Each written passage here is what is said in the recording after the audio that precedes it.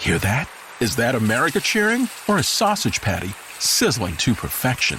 It's time to cheer for Egg McMuffin and fresh cracked eggs at McDonald's. It's time to wake up to the aroma of freshly baked biscuits and treat yourself to a real honest-to-goodness morning meal. Breakfast, it's on at McDonald's. Now get any breakfast sandwich for just $2. Available only through the app. Mobile order and pay available at participating McDonald's. McD app download and registration required. This is Jordan Grace, and you're listening to the Social Suplex Podcast Network. BWB, this is One Nation Radio. You better get it right. Rich Latta, James Boyd came to give them life. The Blackest Wrestling Podcast has come to kick all ass and drop it 6 feet if they kicking trash. Word, let me welcome y'all to something different. And if you dig it, man, you should let some friends listen. We be getting it in, this on the regular dude. Ravish and flow, but this shit rude. See, James don't rap, so I had to break it down. The whole network, man, we coming for the crown. Raps in the columns, I keep them both covered. Making the beats too, so the listeners can bump it. Hit us with the rating, yeah, I'm saying it's a 5. Before you hit it, talk, bob your head side to side. It's One Nation Radio, and this is the beginning. It's Rich, and I'm here with James. It's time to listen to One Nation. We got to unleash the power of the pyramid. This is Mike Sempervive from WrestlingObserver.com. Check me out on Wrestling Observer Live every day. And also check out your boys, Rich and James, on One Nation Radio. This is Kenny Omega. We're listening to One Nation Radio. Check it out, guys. These guys know what's up. Big Kenny Omega fans, and that's all that counts to me. Goodbye and good night.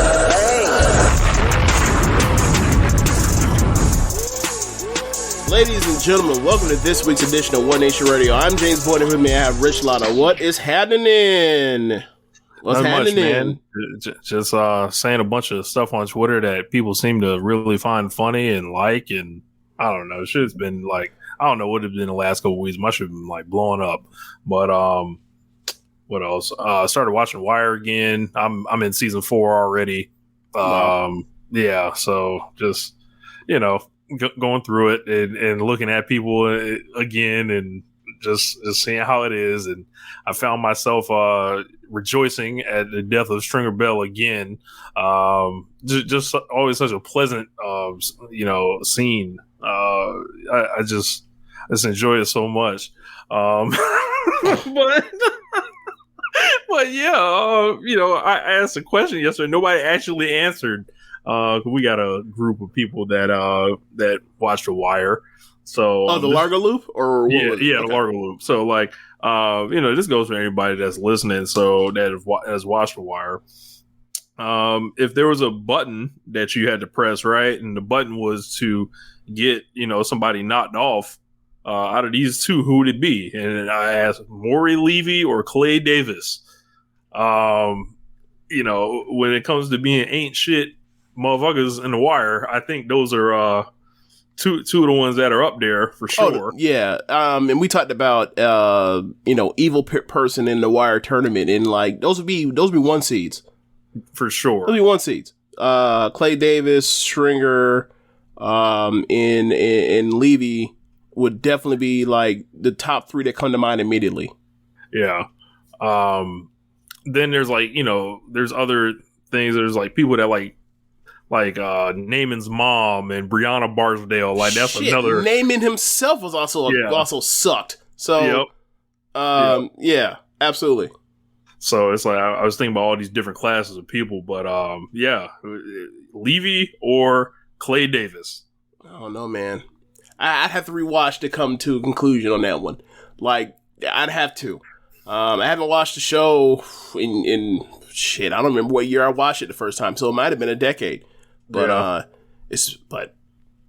remember them being evil, and they were at the top of, like the main thing about The Wire is like it's systematic how this stuff is, like, and stated by like by the time you get to the end of the show, like so many people that were younger or lower on the totem pole basically fill these roles that like people that were, that were in those roles at the beginning, right? Like Carver turns into the main character. What's his Daniels. name? Into Daniels, yeah. Like, well, no. Carver turns into what's it called? Bunk's homeboy, white guy. Nah, Kima turns into McNulty. Well, because like he literally, like, Daniels, his last act as an officer is promoting Carver into a lieutenant. And like Daniels' whole thing was he used to skim drug money at the beginning of his career, but then he showed he was like a trustworthy cop, and the same thing happened to Carver. But do you remember the end? Do you remember the end of the final episode, the series finale, where like he walks into the DA's office and is like, "I'm finna tell y'all something, but like don't tell him." And it was the same exact line that like McNulty had that got him into that shit. That was Sidner. Okay, I'm forgetting. Okay, so yeah, okay, so either way, like you have Michael turn into Omar, you have just a lot of stuff. So, and what I believe is it Daniels that turns into Burrell? Nah, not really. Who turns into Burrell, but Valchek turns into Burrell. That's right. So I mean, you have a lot of that in that show, and it shows you, and like, to see like Clay Davis and like, but basically people that stay the same more or less are like Levy, Clay Davis, and the Greek. Mm-hmm. Like obviously Marlo turns into Avon, but you have basically like, and it also falls in line of like a D'Angelo in I think the first season was like, you know, King Stay King or whatever. Like, and you look at like Clay Davis still still a politician. Levy is still like working for whoever is the top drug runner in that area of Baltimore. And the Greek is like now about to be the connect for Marlo by the end of it. Or Slim Charles. Yeah. Like he's always mean with basically like at some point, like whenever somebody looks like they're about to become next on the streets, like they always have to meet the Greek to get to it. Yep. Every single time. All 3 times it happened. So it's like, yeah, it's just so yeah, like, you know, I'd have to put Marlo really high on there for the fact that he was just a complete void of charisma while being evil. I forgot Marlo. Well, it's easy to forget him because he's completely forgettable as with charisma, like of like Baron Corbin. So like, yeah. Yeah, he was like soulless. Like it was just like, yeah. Snoop was at least funny, like, yes. And, you know, all that. But Chris Parlow is just like real brolic, so you didn't want to fuck with him. But was there something wrong with him that we just don't understand, or was he just weird? Yes, he was sexually abused as a child, just like Michael, and that's why he killed Michael's stepdad. Yes, makes sense.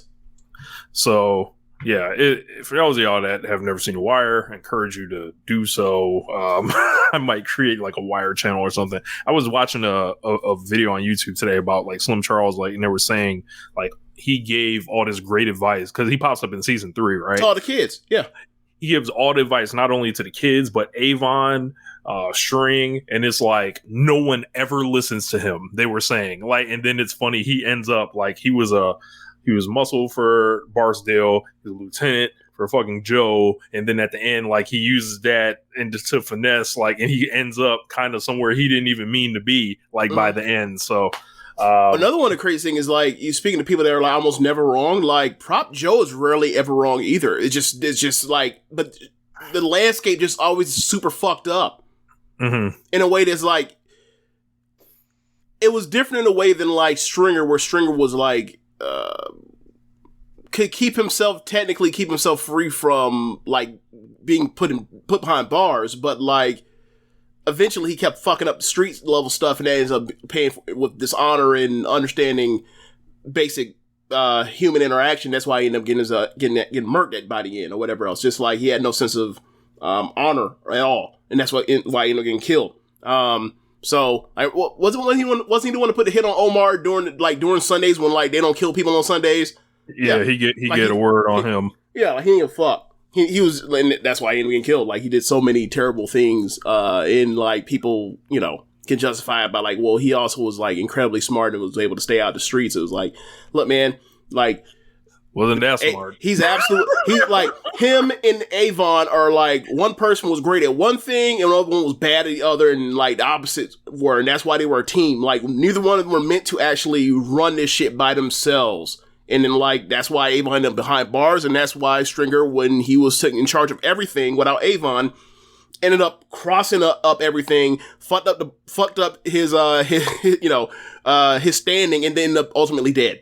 So yeah, like amazing. Yeah, and you would think like their fates would be opposite or whatever, because you would figure Avon wanting to be in the wars on the corners for the pet or squabbling over the quote unquote small shit, right? He would be the one that would be involved in somebody, getting shot, and then eventually Stringer would get tripped up. So, well, yeah, until all of a sudden, like, the shit hits the fan and he's out here, hey, Slim, go murk a fucking senator. You goddamn, what? There's no amount of money you can give anybody to do that. Look, that was the one time that I rock with Stringer Bell on that. I know, obviously, you can't do that. You can't kill a state senator because, obviously, but Clay Davis, man, if Stringer had knocked him off, he'd have saved a lot of people. That's true. Headaches. But, yeah, man, have you heard about this Bishop Sycamore shit? I've heard about it. I heard about it, today, and I was like, wait a second. So you mean the real thing for me is like, okay, so you faked being a high school, you can somehow convince ESPN to get on showcase on national television on ESPN. My question is, how did they get IMG Academy to agree to it? And also, why are these high school or these adults that are post high school, why would they want to run it with a bunch of 3, 4, and 5-star recruits that are at IMG? I think they just saw national television, like, we can make a name and somebody get recruited. You know what it was? Something. They're like, we're grown adults. We'll do da da da. No, bro. Like, you're talking about 3 and 4-star and 5-star guys out there. Like, not a bunch of 4 or 5 stars. Like, okay, there's like 30 in a class, right? Nationally, normally 5-star guys. So there's probably like on IMG, probably like 2. So, but at the same time, that means they got like they probably got like a half dozen 4-star guys. You know what the average 4-star athlete is in normal college? A fucking superhero. Yeah, man. Bishop Sycamore, these fools like played two games in 3 days, supposedly. They were hoping, apparently, that Bishop Sycamore had split squads, but that was not the case. Bro. Apparently, this school doesn't even really exist. This may be an online school. So yeah, yes, it was an online charter school. Boy, that's what they were alleged as. Shaky. Monte Teo is looking at this. Looking at this like there's something to be suspect here. But my main thing is like in the highlight. Like, how hasn't this been happening in basketball? That's why we want to know. Here's the thing: in the 1 minute thing that I saw of them, because IMG was up on them at like the second quarter. Halfway through the second quarter, they're up on like 30-0, right?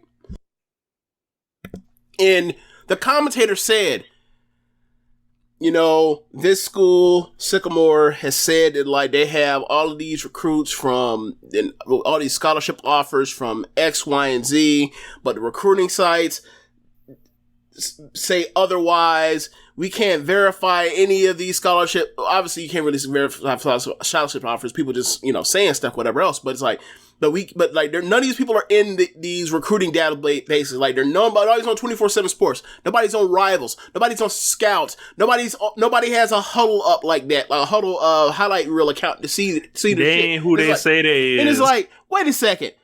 So, one, how did y'all fall for it? And two, how did IMG Academy fall for it? Why did they schedule these dudes when they didn't know none of these people? Like, they could have called around. Man, I guess IMG feel like it's not our responsibility. For those that don't really know, because I know this more because, like, obviously IMG is in Brandon. Brandon's like a 40-minute drive from where we are. Chris Winkie, former Heisman quarterback at Florida State University, was once the head coach at Brandon IMG for football. And then became a football factory, like, in a way in the last, like, half decade or so, maybe a little longer. But, like, so that's kind of how I'm familiar with, like, this. So, like, there's no way anybody be out on the loop on this because everybody will fucking know. Anyone should know because everybody's connected to know. Is this just like a super check game? I don't know what this was. I don't know. Man. But yeah. Embarrassing. It's embarrassing. I don't even say it's embarrassing for like because the school don't fucking exist. It's embarrassing for ESPN.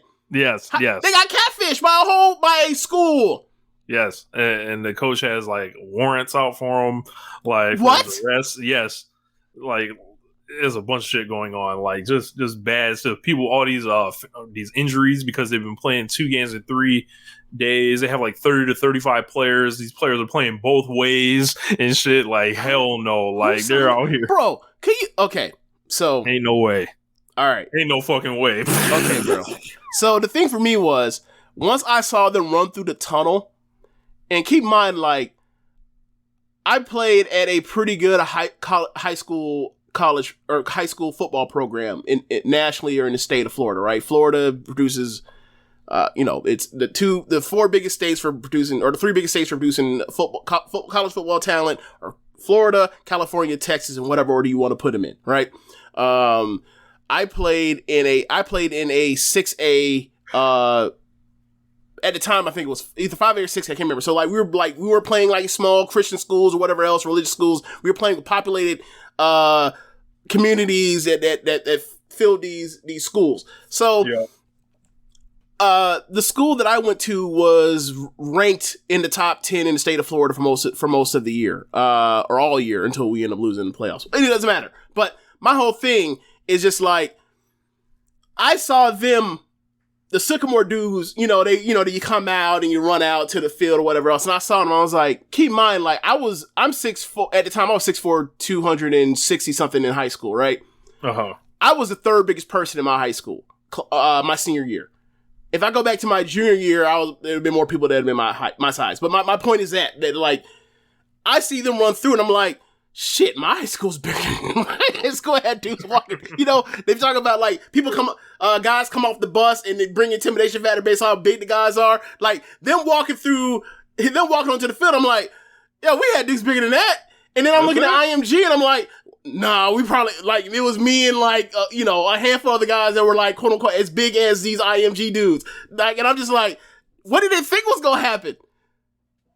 Bro, and another thing for me is like, look. It's one thing to run a scam because you want to relive some high school glory. You just want to play ball again or whatever else. And you hear about people playing semi-pro ball. And it's like, why would you do that? Like, y'all, you gonna fuck around and break something and be ruined, right? Yep.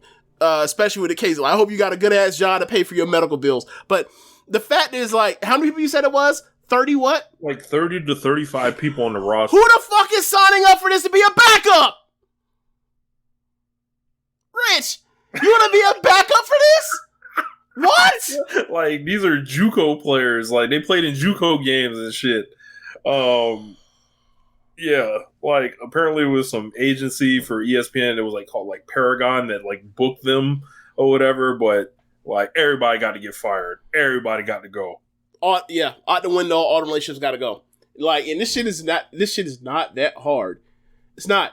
Like, the people that handle their recruiting services should be the people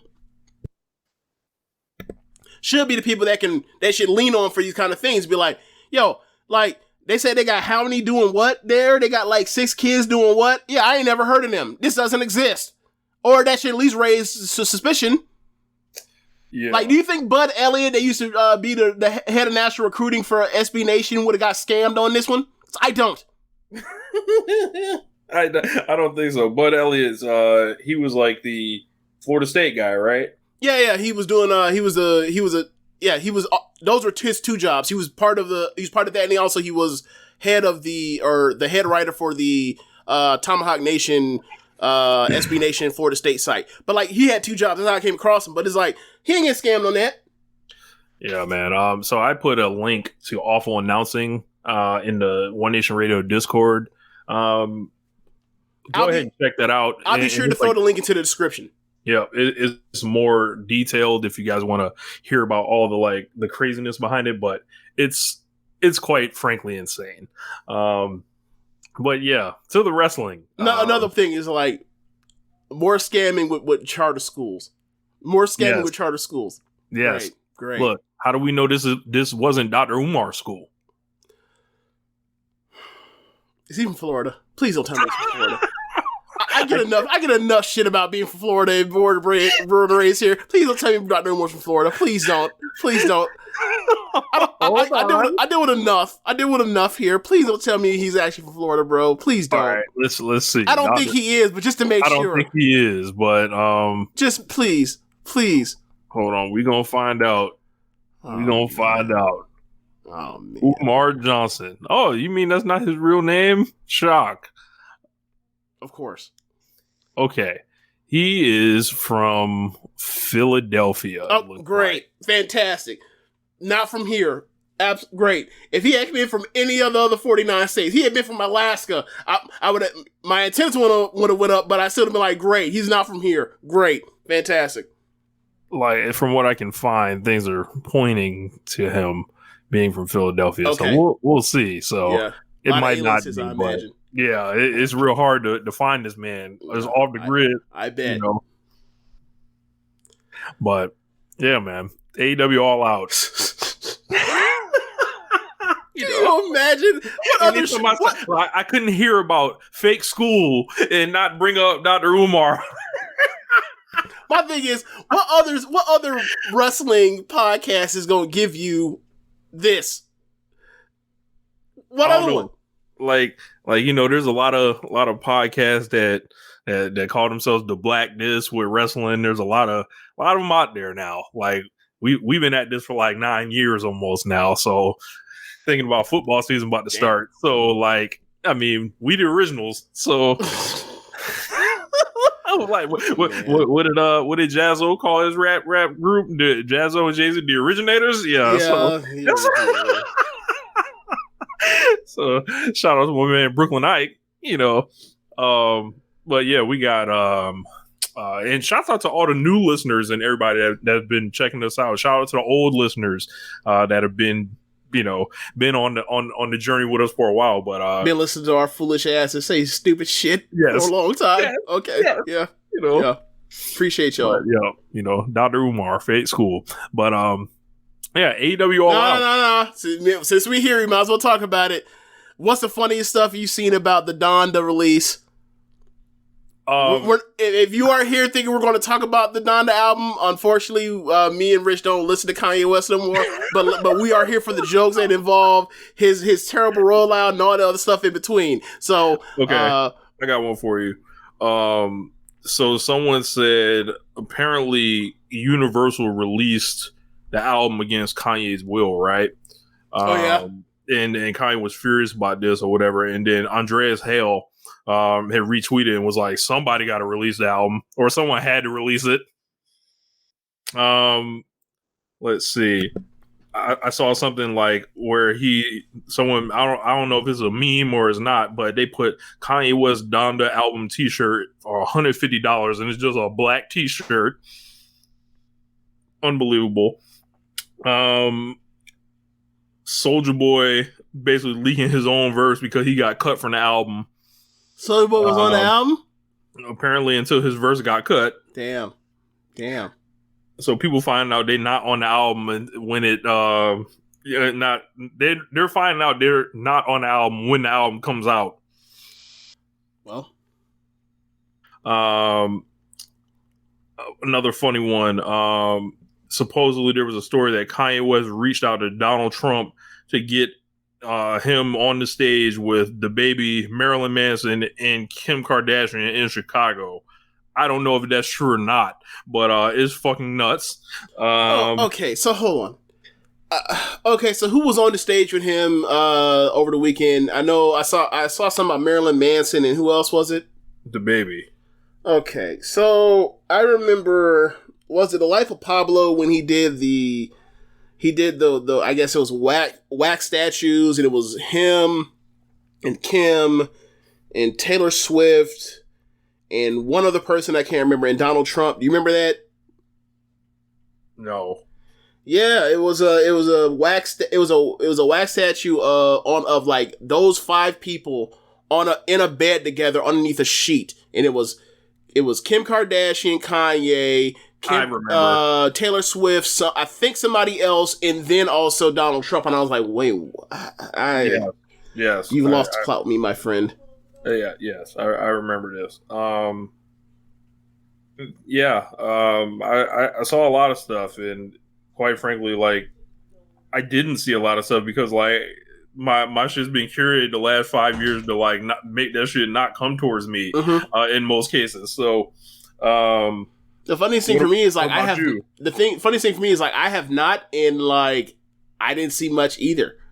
And it's almost like, look, man, like, we'll see what this does the first week. But, like, you know, music's so disposable now that it's like, that shit gonna be here one week and gone the other. Only, like, whatever. Like in a month, we'll be talking about whoever else is gonna have the heart to come out and, you know, lose out on touring when they shut this shit back down. So we'll see where it is. But, like, I mean, you know, the main thing for me, like, is like he's lost his mind I thought he lost his mind. That shit was out of pocket when he released, like, or more or less released, like, Drake's home address. I was like, yo, that's fucking dangerous. You playing the wrong kind of games. Like, apparently he thinks that Drake either is trying to make moves at Kim or has already done whatever with Kim, and it's like, hey, bro, y'all divorced. Like, and y'all can't, regardless of whatever, like, smoke y'all have, y'all can't be behaving like this. Yeah, either go to a boxing gym, y'all can figure that out, or what. But, you know, Kim a grown woman, so, you know, if she want to, you know, be for the streets, you know, then she for the streets. You know, it's a wrap. But, I haven't, like, I've decided to wait. I'm probably going to wait a week before I click on the Wikipedia page to see the Metacritic score. Because, like, like, when that shit says a 66, I'm sending an immediate screenshot to the group and just LMAO, and now I'm muting that shit.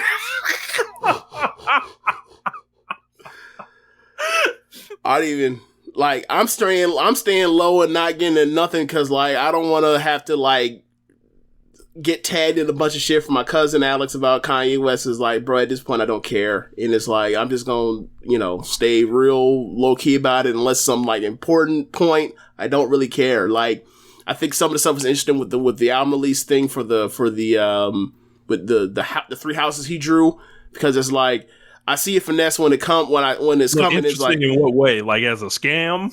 Well, not necessarily a scam as much as it's like, okay, like, given that a lot of money is betting that, like, this shit's finna get shut down again, like, and he's gonna drop an album, like, you know, with 360 deals in what music industry is like, so much of this shit is like, if you're a big star, like, or any kind of level of star, like, you're going to get a lot of a substantial chunk of your whatever you do off of release, off of, like, merch sales and gate from doing shows. So it's like, if you're Kanye West and, like, you're looking around and you're getting some inside information, let's say from whoever else, if you're from Apple or from whoever else and movers and shakers, that, like, the tour that you think you're about to go on for your album isn't going to be what it was. Like, hey, let's throw an album release party. Why not? And he drew 3 big houses and whatever. Like, and if the shit got shut down, he could have held on to the album longer, but he decided to drop it. And it's also like, you know, people talking about what they're going to do with Drake and Kanye, and they're almost like they're doing a waiting game of who's going to drop first, or are they going to drop together, or whatever else, or is one going to wait longer and just drop a week after and fuck up the other one's money. And it's like, these two playing these goofy games and they clearly don't like each other, and it's like, it's weird, man. Like, y'all are one, like, Drake is like 35, Kanye's like 45, or they're about to be. It's like, why are y'all acting like this? So, you know, either rap or fight. Like, the passive aggressiveness is just really, like, is off-putting. It's just like, oh, y'all just want to act like hoes. Gotcha. And the thing for me is, like, because both of them have made so much of their careers are due to the fact that, like, they are a lot of people consider them non-threatening or soft / well-spoken and like, not like fighters and soft and emo or whatever you want to call them, that is like, so much of what they've done over the last year or two, or when did Story of Adidon come out? Was that 2 years ago, 3 years ago?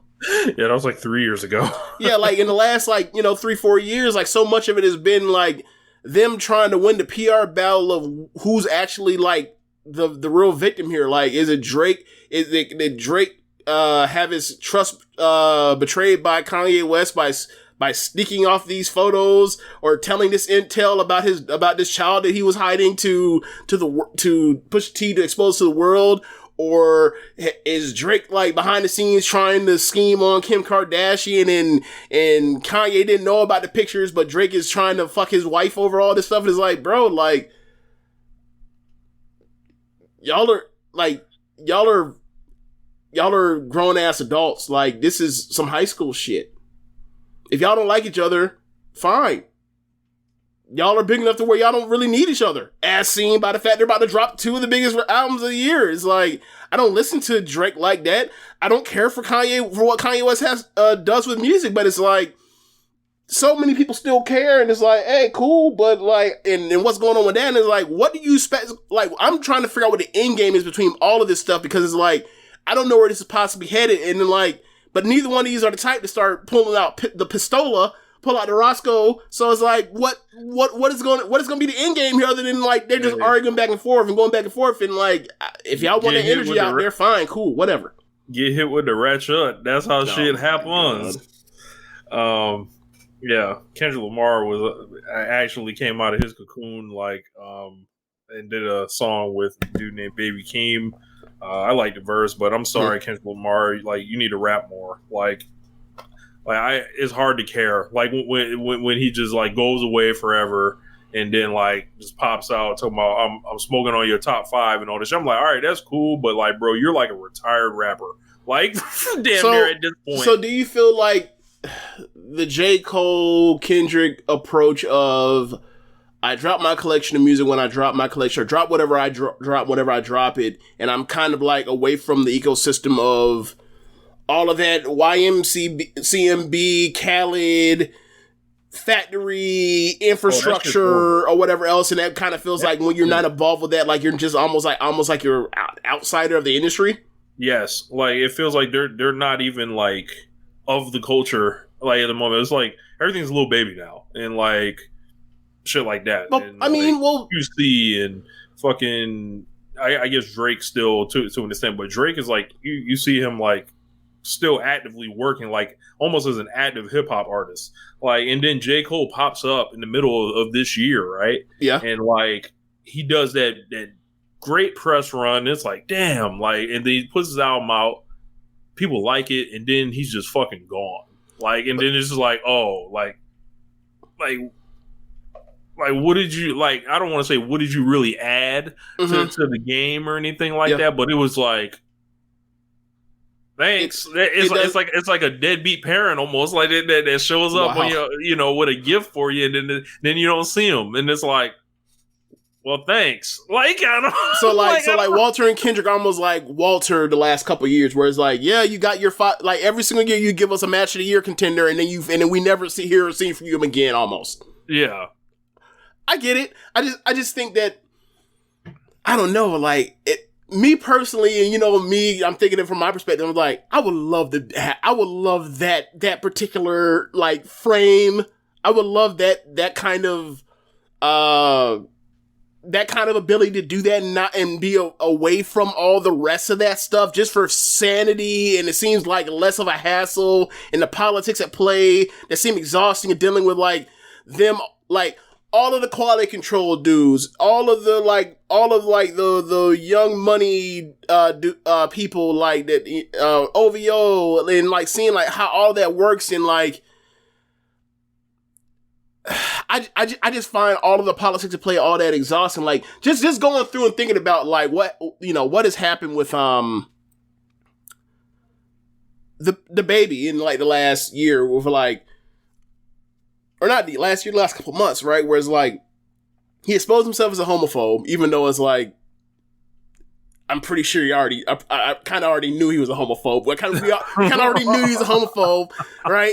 But he exposed himself to a point where like the money couldn't ignore it, right?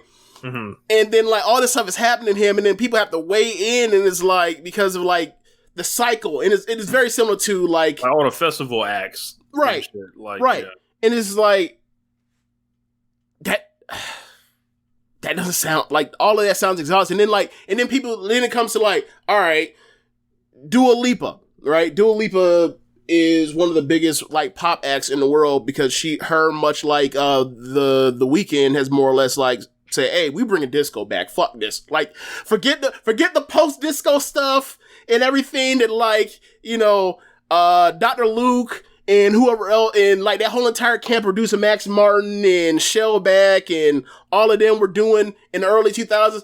Like, instead of doing like that, disco is dead. We're gonna give you some disco elements. Like, we're gonna make like almost like a off the wall type stuff, sounding stuff. Like, fuck that. We're actually gonna give you straight up Bee Gees, ABBA sounding shit, right? Like, that's basically what they've done in the last couple years. Like, we're just bringing disco back. Fuck all that stuff. Disco died in 81. We're bringing it back in 2020 and 2021. So, like, for her to be like, hey, we had the baby on Levitating, and now is like, hey, Dua, are you gonna take him off your streaming for that verse on Levitating? And like, people are like hemming and hawing and looking around and whether or not it's gonna be on or taken off.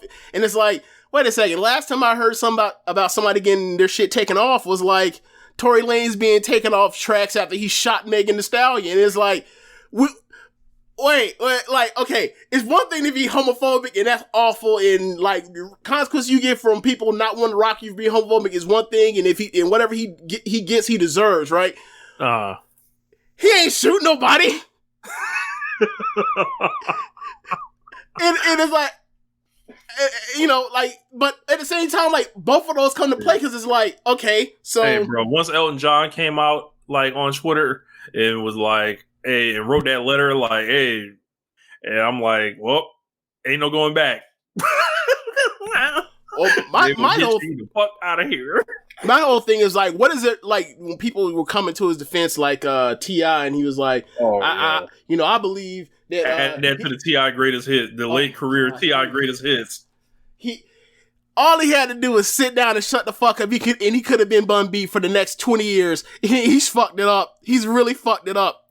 But yeah, like I think he has some little lines of saying something like, I believe Lil Nas X has his right to stand on, and I think that the baby has a right to stand on. I'm like, wait a second. So wait, you're saying that Lil Nas X has that the baby has a right to hate people for things that like that don't bother and affect him in any way, and Lil Nas X has his right to exist. How nice of you! How nice of you, Tip. Like, what are you talking about, bro? But like, you think about that. Like, you got the baby on the wrong side of that, and you have him on the side of, hey, I got like 2 or 3 hot super songs that have streamed 1 million places with Meg, and Meg got tons of fans, right? What's up? Hi, Tanya. Tons of fans. And what are you gonna say? Hey, I'm gonna get the person that shot Meg and put him on one of my songs, or I'm gonna do a song with him. For who? For what? You are the baby. You earlier this year topped Drake as being the most streamed rap artist in the world. You added Tory Lanez to a track, ain't gonna do nothing for you. If you don't get any, I don't know, anybody, was Division, was Black, was what made him go with that? Right. Was Giveon unavailable to do your song? What is going on? What made him go with that? With that direction? Of who's in the studio? Look, who's in the studio? Who's advising this man? And then he brought him out for what was that? What festival was that he brought him out? Rolling Loud. Outstanding. Look, man. Never. I remember. Who's advising these gentlemen? Rich. Earlier, you tell me where if I'm lying, or you tell me I'm telling the truth. Months ago, I had gotten to argue with our homeboy Kirby about the lifespan or shelf life of the baby as a top of the line pop star that's a gangster rapper. I said, hey, you look historically at that, it's a short shelf life, and sometimes you can see where the obvious like dead end road happened, the fork in the road moment happened where someone fell off because, And other times it's just like, that's his shelf life. You're only going to have the streets for so long until people phase you out. Cause like people will love you for a run. And then like the kids want something new, right? There's always new crops of kids that want to listen to their gangster rapper at a time. This is how it goes. So you probably got like a 4 to 6 year run at best, and then it's over for you as being in the forefront of whatever of the hierarchy of it, right? And he was arguing. I was like, bro, look at all these people. What you want, Snoop? What you want, Ja Rule? What you want? There is 50. Like the gangster rap thing. It runs short. Tupac may have lasted, but he ended up getting shot and killed. But that was like a 3-year run, right? Yeah. It only lasted so long. It didn't even take half a year, Rich. It took like 6 weeks, not 6 months, for him to fuck it all up already. Well, I don't know if it's all fucked up, but like it's like injured. Like it's like the Russian is cut. Bro, like okay. Think about it like this. You want to be a successful pop star gangster rapper. I think there are a few things dumber than pissing off your black female fan base by doing a song with a person that shot Meg the fucking Stallion, and then also pissing off gay black people.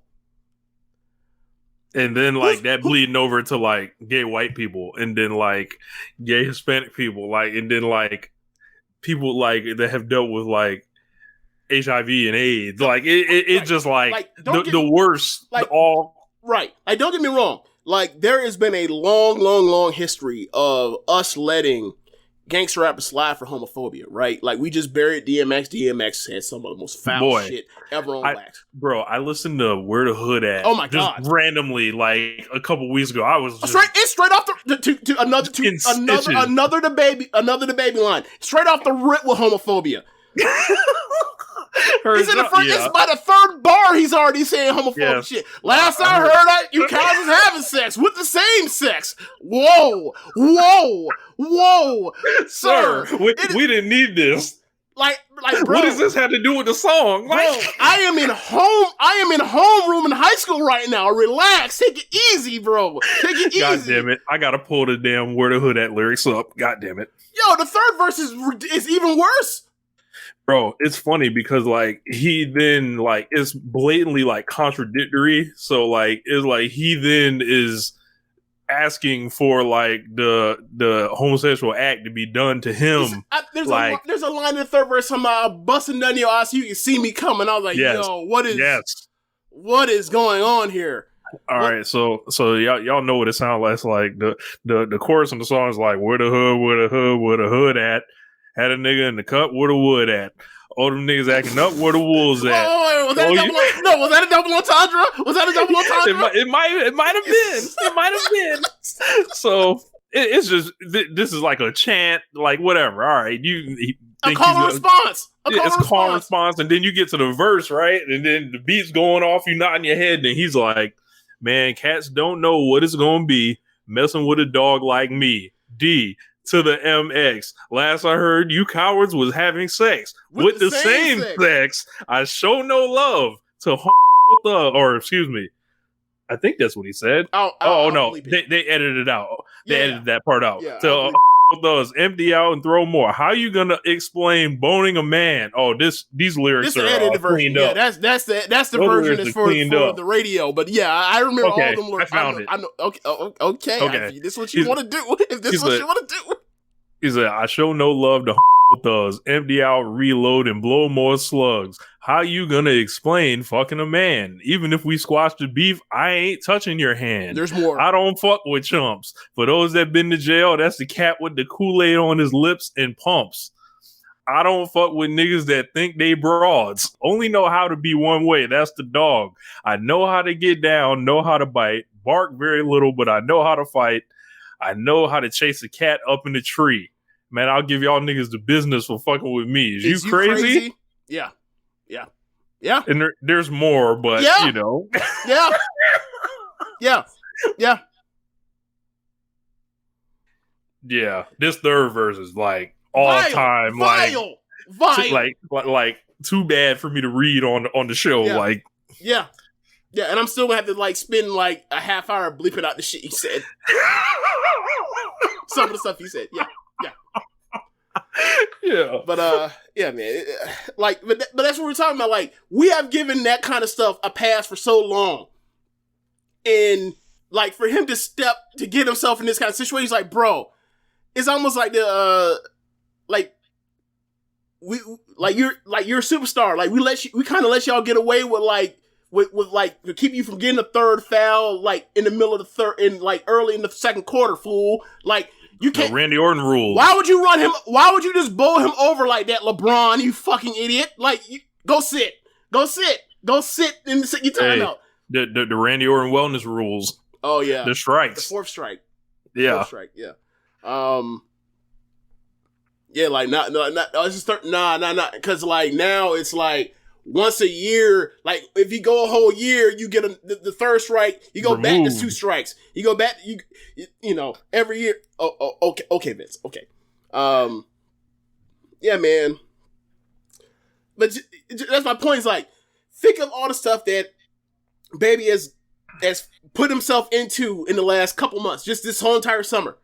And it's like, he's still like super hot. Like if I went to look at Spotify, I guarantee you like he's still in the top 10 of streaming in the world of all artists.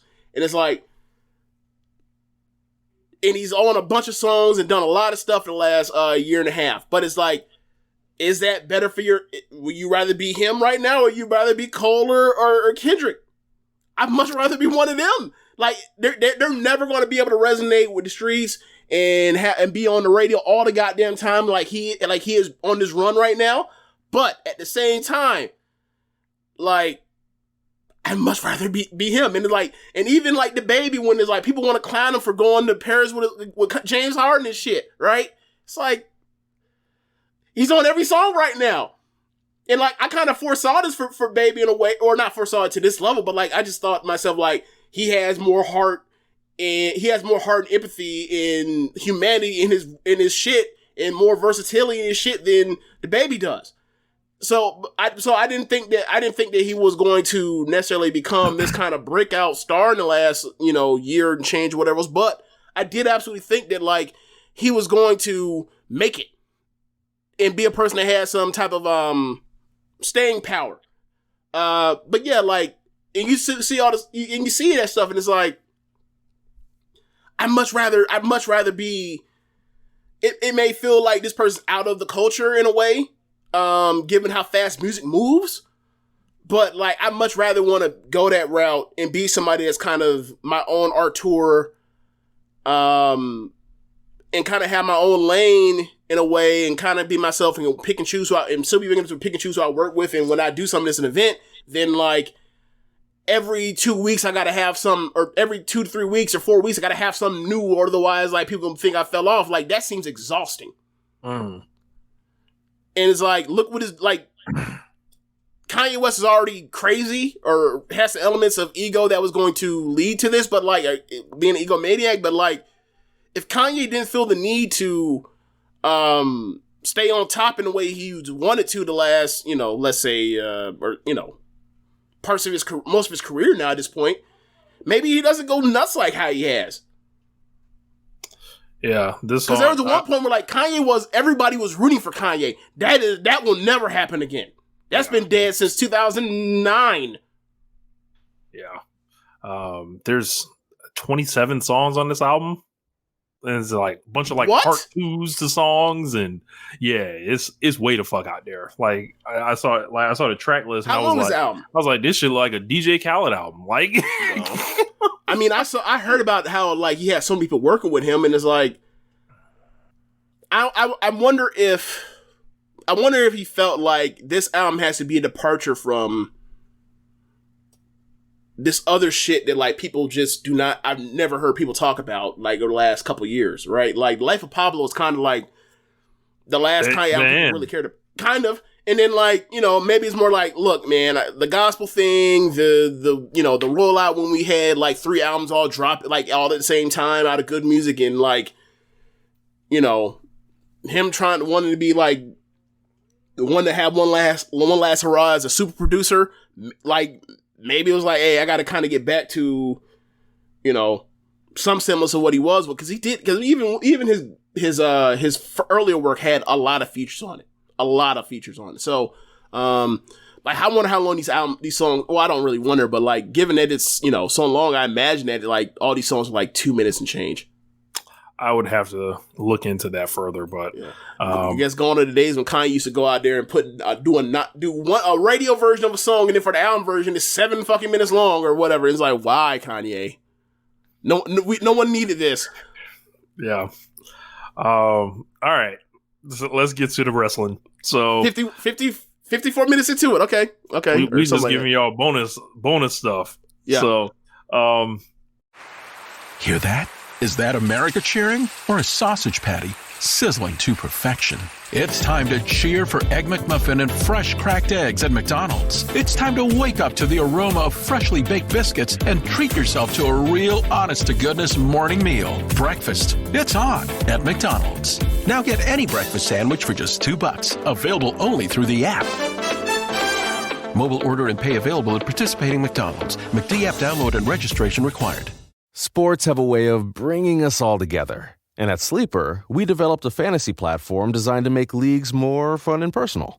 Sleeper includes an integrated chat and every feature you could want for your NFL, NBA, and even esport leagues.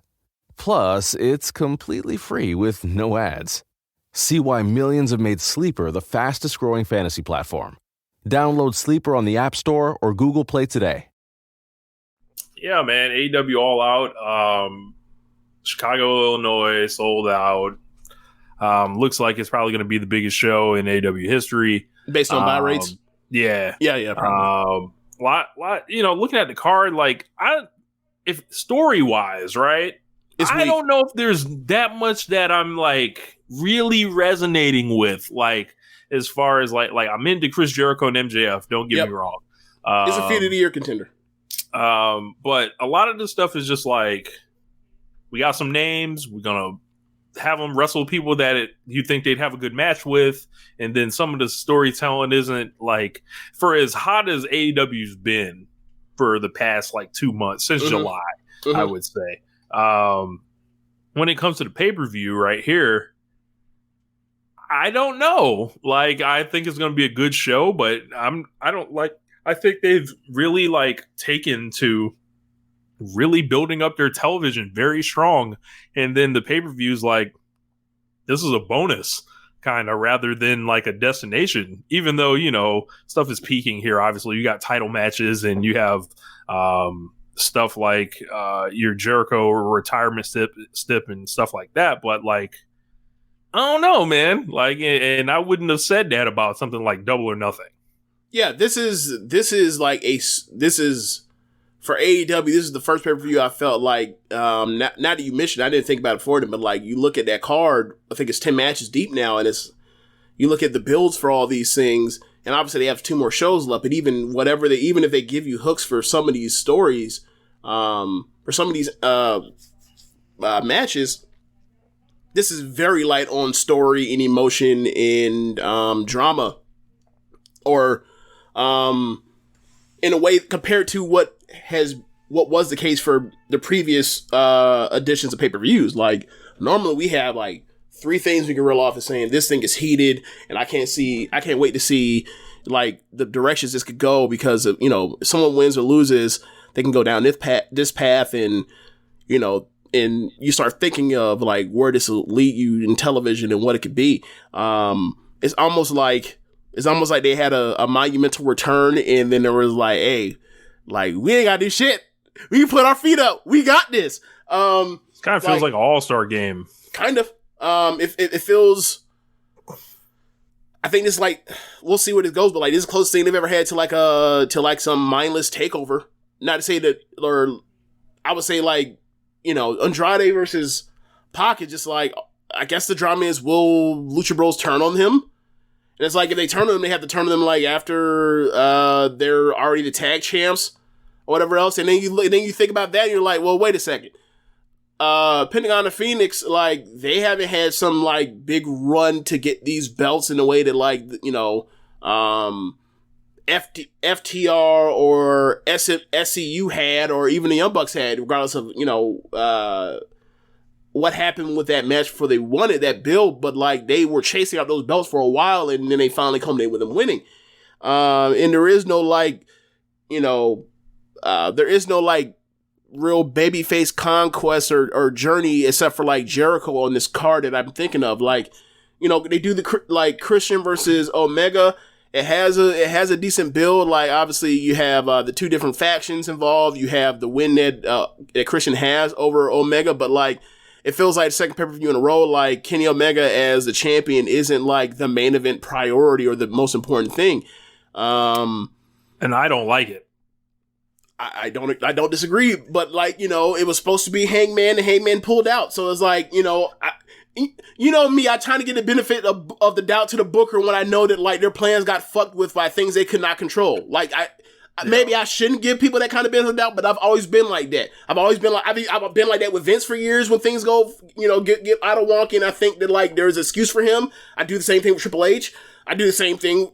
I don't think I've really had to make many excuses for Gato or Rossi, for example, but like, if there were, I would have, right? So, yeah, I just think that kind of messed it up, so that's what they went with, and, you know, luckily they had, you know, up their sleeve CM Punk.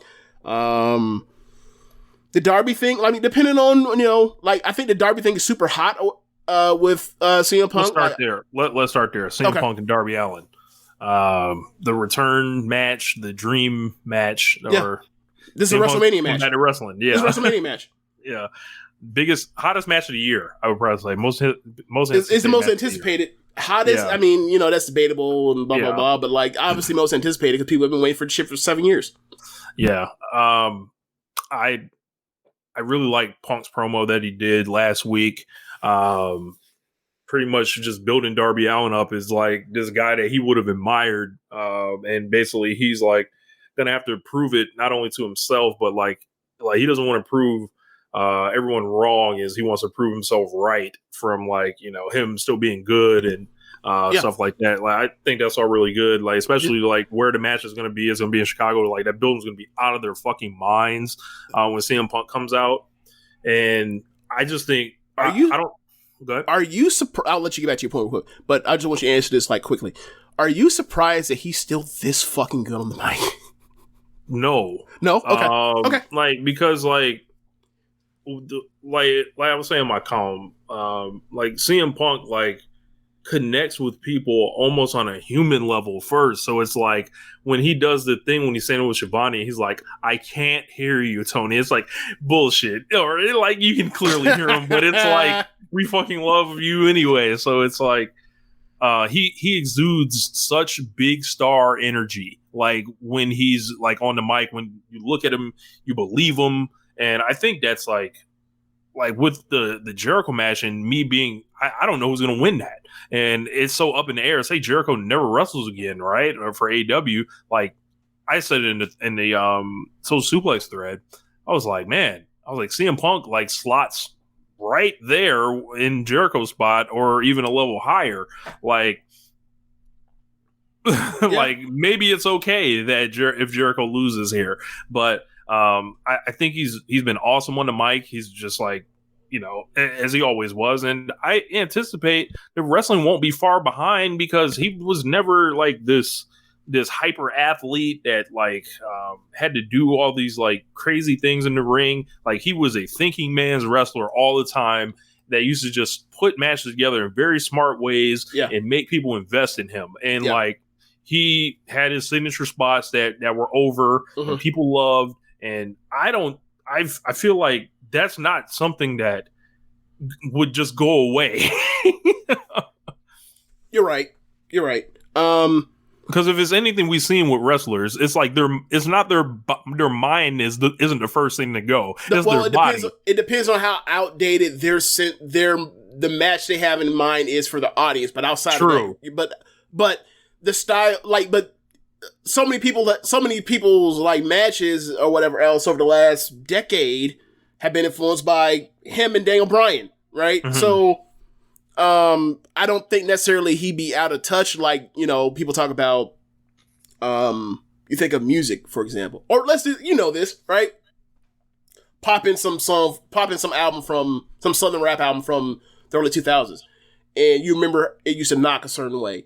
And then you put in the Mike Will Made It, some Mike Will Made It 808 Mafia shit. And you're just like, wow, like the sound is just completely different from what's on trap music, for example. It's like, it's just a heavier, people have upped the stakes of it. So like, I think that with Darby, there'll be the right marriage of this person that, like, because Darby's also a great storyteller. So it's like, I think the marriage of Darby doing his depth-defying stuff, the size advantage at play with what CM Punk and Darby are going to have as that dynamic to work their match into, and then CM Punk kind of being like one of the forefathers of this, you know, some of this style, I think is going to work, and I don't think he's going to feel too out of place if he's in there with the right person. Mm-hmm. And I think Darby's one of the right people to be in there with, so I'm not concerned about it. I just, you know, obviously, you know, older guy, hasn't really been doing this for long. We don't know what kind of condition he is, how many bumps he's been taking over time. I heard him talk about a bump card, so we'll see. But it's at the same time, like, we see old heads talk about the bump card. We got Jeff Hardy still out here, still can give you a good fucking match if need be. So, yeah, I think I don't have many concerns. But I just wanted, the thing to me was like, it struck me was like that promo like just from a fundamental standpoint was excellent for the way that he put over Darby, knowing that, like, we all go into this knowing he's going to beat Darby. But, like, the way you put him over, because they're both baby faces, the way you put him over is like, you're going to lose, but this is going to be the biggest match of your life, and all you got to do is go out there and ball and help carry this older guy or whatever else is not, you know, in the ring shape that you are, and, like, y'all go out there and have a match, and, like, he's going to win, but most likely Darby's gonna be the most impressive person in that match, and people do the "you still got it" thing to CM Punk, and that'll carry a lot of the day for him. But like, just like, you give him 15 minutes and have him beat him, and, you know, put a knee through his fucking forehead and shake his hand at the end, and we move on and do the attaboy. Like, I think like people will be very, very satisfied. Yeah, I'm picking Punk to win, and I think any other result is like almost like don't get it wrong. If this was New Japan or something, Punk may lose, right? They like to tell the story of like, yo, building back or whatever. But I wouldn't play with it. Like, I think you got something hot in CM Punk right now, and you know, because Darby losing, this is not a match that Darby loses is going to hurt him in any way, shape, or form. Right. Like. And if there's anybody we're not worried about losing, it's Darby Allin, because like, like he got beat his entire way up of becoming a star in AEW. So, so we'll go to Kenny Omega and Christian singles match, AEW World Title. As James mentioned, this is the second pay-per-view in a row where like it seems like the World Title is not like the square thing. It's not the top thing. holding the show together after the shit with Moxley that he was doing before. Yeah. And like I was saying, I don't like it because it's like, all right, we know they have Stadium Stampede, which I don't know if that's an annual thing, but it happened 2 years in a row. Yeah. So it's like, all right, maybe you don't quote unquote need him for that. Then you have CM Punk for this show, and it's like, oh, you don't need Kenny Omega for this, and you can like, and it's business wise, I totally get it. Like, you don't need to waste like a super challenger, quote unquote, like a Hangman for this one, right? You don't need to waste that with the CM Punk thing because you can get 2 shows out of it instead of 1. But that leads you to like, all right, this is like, well, what do we need him for? Like, like what do we need Kenny for? So it's just like, all right, their job is to have the best match that they can to save it in the ring. And I still think I don't think it necessarily is at the point where we need to say they quote unquote need to save it, because like, I don't think they've told a bad story. I think they've told a perfectly fine story, but it feels more like something that you would put on TV than actually put in the main event of one of your 4 biggest shows of the year. That you're trying to get a pay-per-view buy rate off of. But at the same time, like, dude, after the match they had on, what was that, the first episode of Rampage, is there any doubt that they're not going to have, like, this, at worst, the second or third best match on the show come this weekend? They're going to have an awesome fucking match. I have no doubt about it. Like, because that match they had the other a couple weeks ago, a lot of people think that's some 4.5 star match. I don't. I think it's like a 4.25 match. But I didn't for one second think that was their best match at all. I thought that if they had gone longer, done less shenanigans, they could have done way better. And that was what the intention of the match was, is to get Christian over as a title challenger for a pay-per-view, given on short notice, and then also, like, give you a taste of what's to come. Like, it was very much like like, when we talk about them Stardom matches, seeing, like, Utami and Shuri go to a fucking 15-minute draw where they tore it, where it was like, yo, they're in the middle of BFE, but they fucking killed it. So, I'm expecting them to have a great match. Like, I understand, like, it's lackluster and Christian is a weak challenger or whatever else, but, like, they technically did everything right. And, like, I have no doubt they're gonna have a great match. I think 4.5. I think 4.5 is gonna happen. I think these guys are gonna be out to prove something, because the Seth Rollins and Edge match just happened. The Roman Reigns and Edge match just happened. So on Kenny's end, obviously he's been, like, kind of doing this shit all year. But Christian is like, all right, I'm gonna, like, close the coffin on, like, basically they brought up that number 2 stuff in the promo that they were talking about. So you got to think that that's in the back of his mind somewhere. But I got Kenny retaining here, and Omega marches on, maybe towards CM Punk, maybe towards Bryan Danielson, maybe towards Hangman Page. Bryan Danielson, I guess, is a good time to bring that up. So it's been rumored that he's going to be making his debut at All Out. Brian comes out with fucking Final Countdown if they let Kenny and Christian go on last or something, and then you bring Danielson out. I think that's a perfectly acceptable way to do it. Yeah, that easily gets you to explain, like, why it's main eventing over CM Punk's return. Yeah. I think that would be, like, just one of the most insane moments that I I'm pre-calling it as a wrestling fan. Pretty much 2 of the guys that, like, have been my favorite wrestlers, like, in this time, in the One Nation Radio era. It's funny. I've been thinking about that. It's like next year, I guess, for, like, the 10th anniversary show, like, we should, like, reevaluate, like, who, like, we started the show September 2012. Like, when we get to September 2022, like, we should reevaluate what our top 10 or whatever the length of the list was for, like, our favorite wrestlers when we announced it on the show, and, like, go back and kind of review, like, how much that has changed in the decade of wrestling we've watched. Because there's going to be a lot of Japanese people on this card, on this jack, and it's going to be like, I never would have imagined I'm the kind of wrestling fan that I am now. I would have looked down on the wrestling fan I have become a decade ago. That's funny. I absolutely would have. I looked down and been like, wait, what? Why am I doing this? It's like, because I really like this shit, and WWE is not giving me what I want, and I'm willing to go out and find what I want. So, but yeah, like, you're right. Like, the Bryan things will be interesting, for the perspective, or it could be interesting in the perspective of, like, what if the Booker's not trying to cut his legs off the whole time? Yeah. Same thing with CM Punk. Like, what if they're, like, not trying to hold him back and, like, keep him as, like, a 1B or some shit? Like, what if they say, hey, go be the biggest star you can be? Like, like, I think all of that is really fucking cool.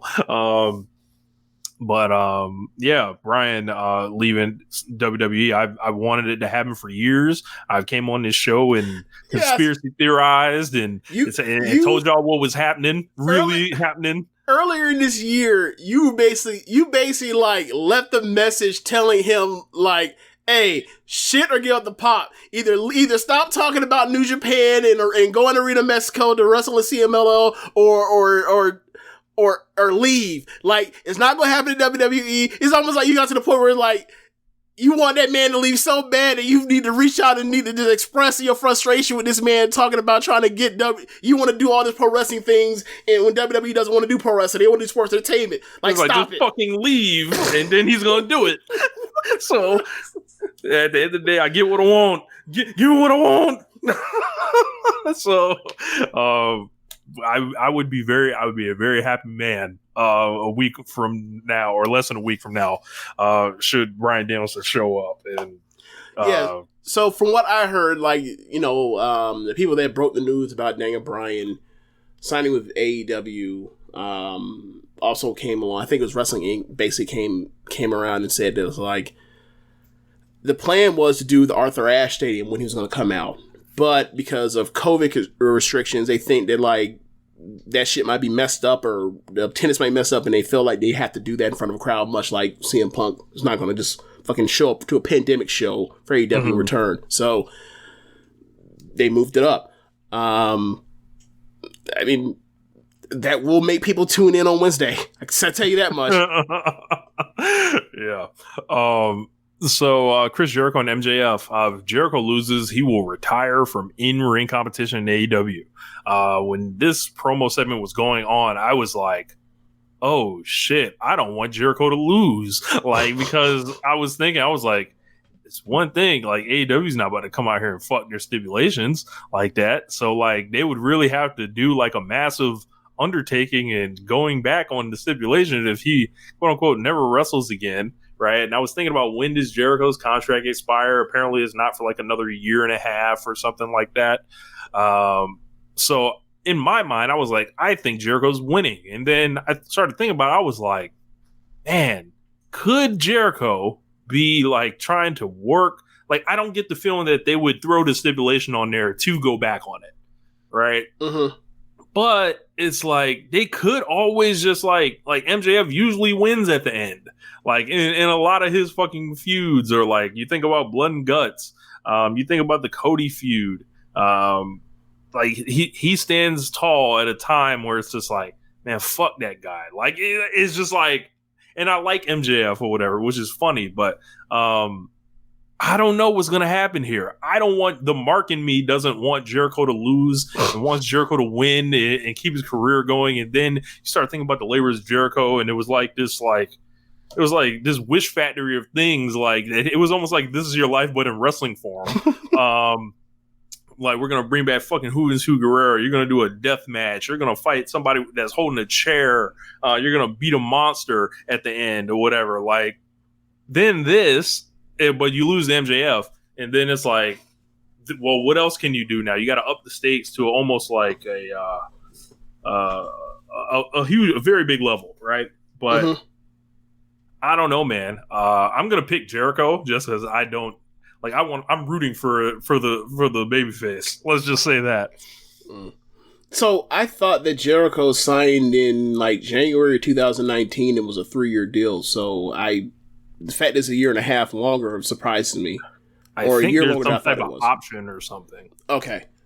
So, I think there's money in a third and final Omega Jericho match.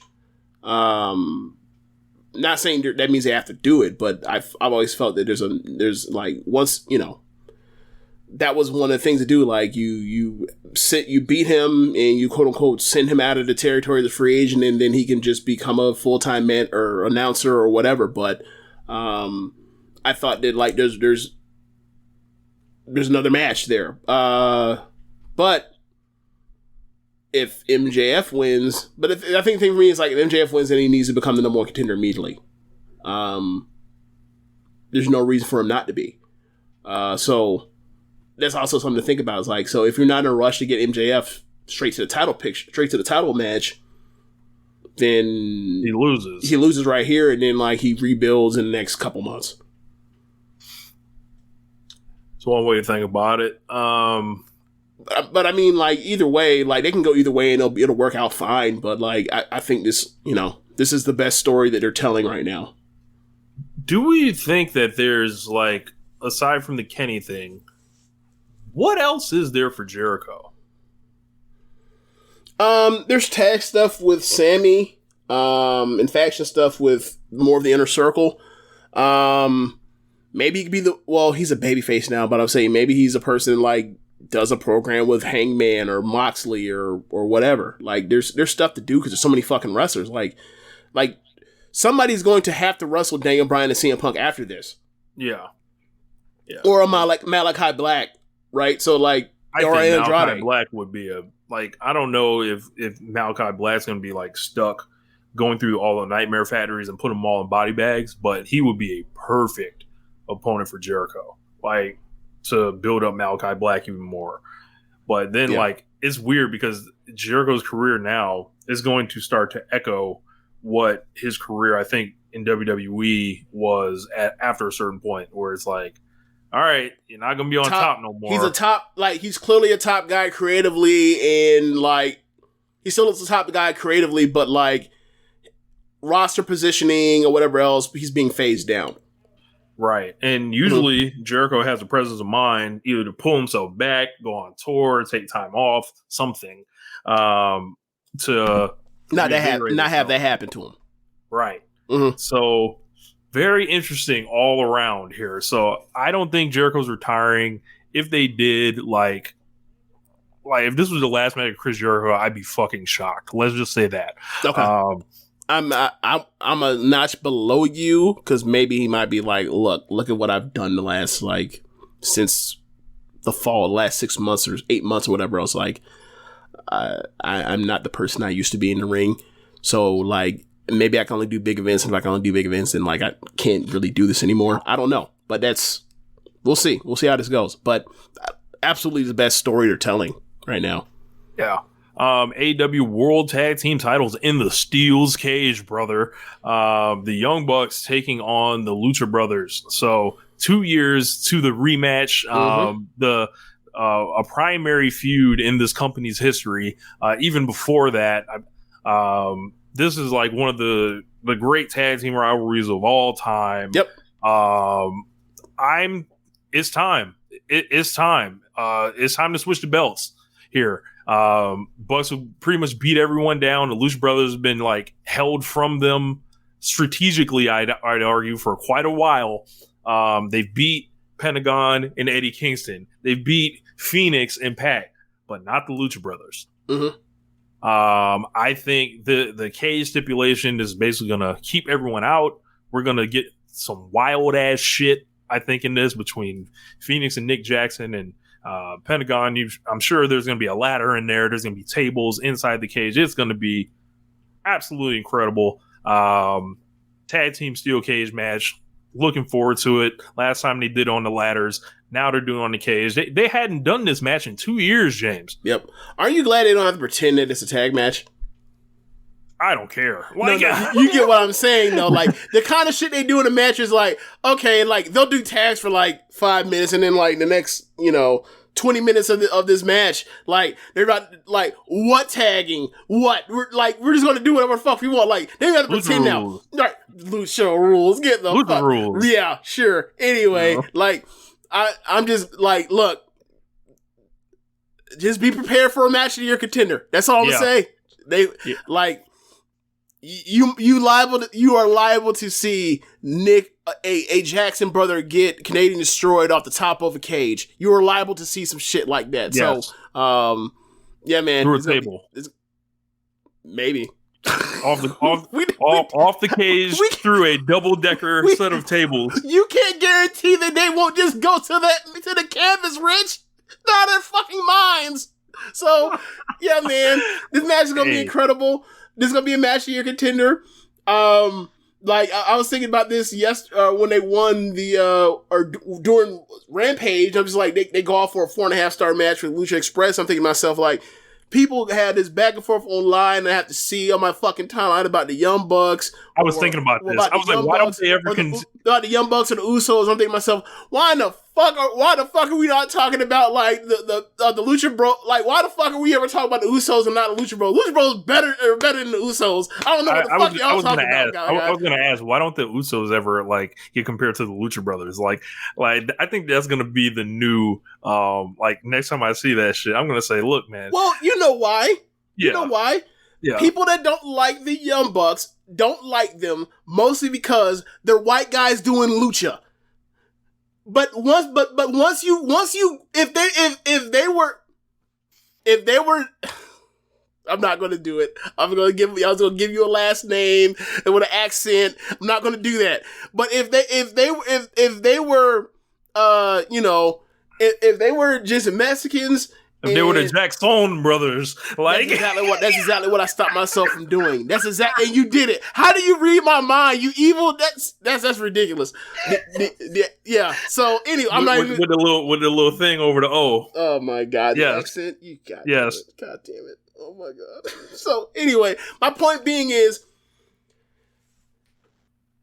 because it's Lucha Libre, we allow, and we've seen it we grew up on, a lot of people our age have grown up on because of the Cruiserweights and Super J Cup and Best Super Juniors and all that kind of stuff, and all the wrestling we saw from all around the world, and we accept that foreigners wrestle different than our NWA drop toe hold ass people in our country, right? We accept that, and we're fine with it. If you love wrestling, you're my age. We've accepted it.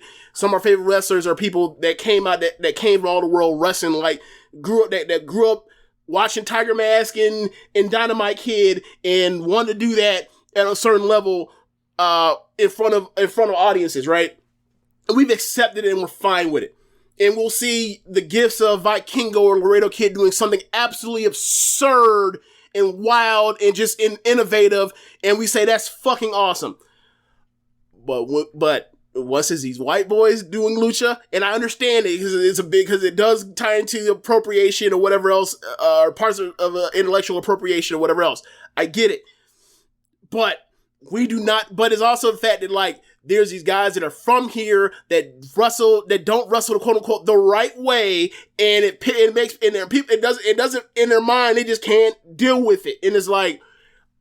But on the other hand, you got the Lucha Bros, you got Phoenix and Pentagon, and they never get these criticisms, and like for me it's like.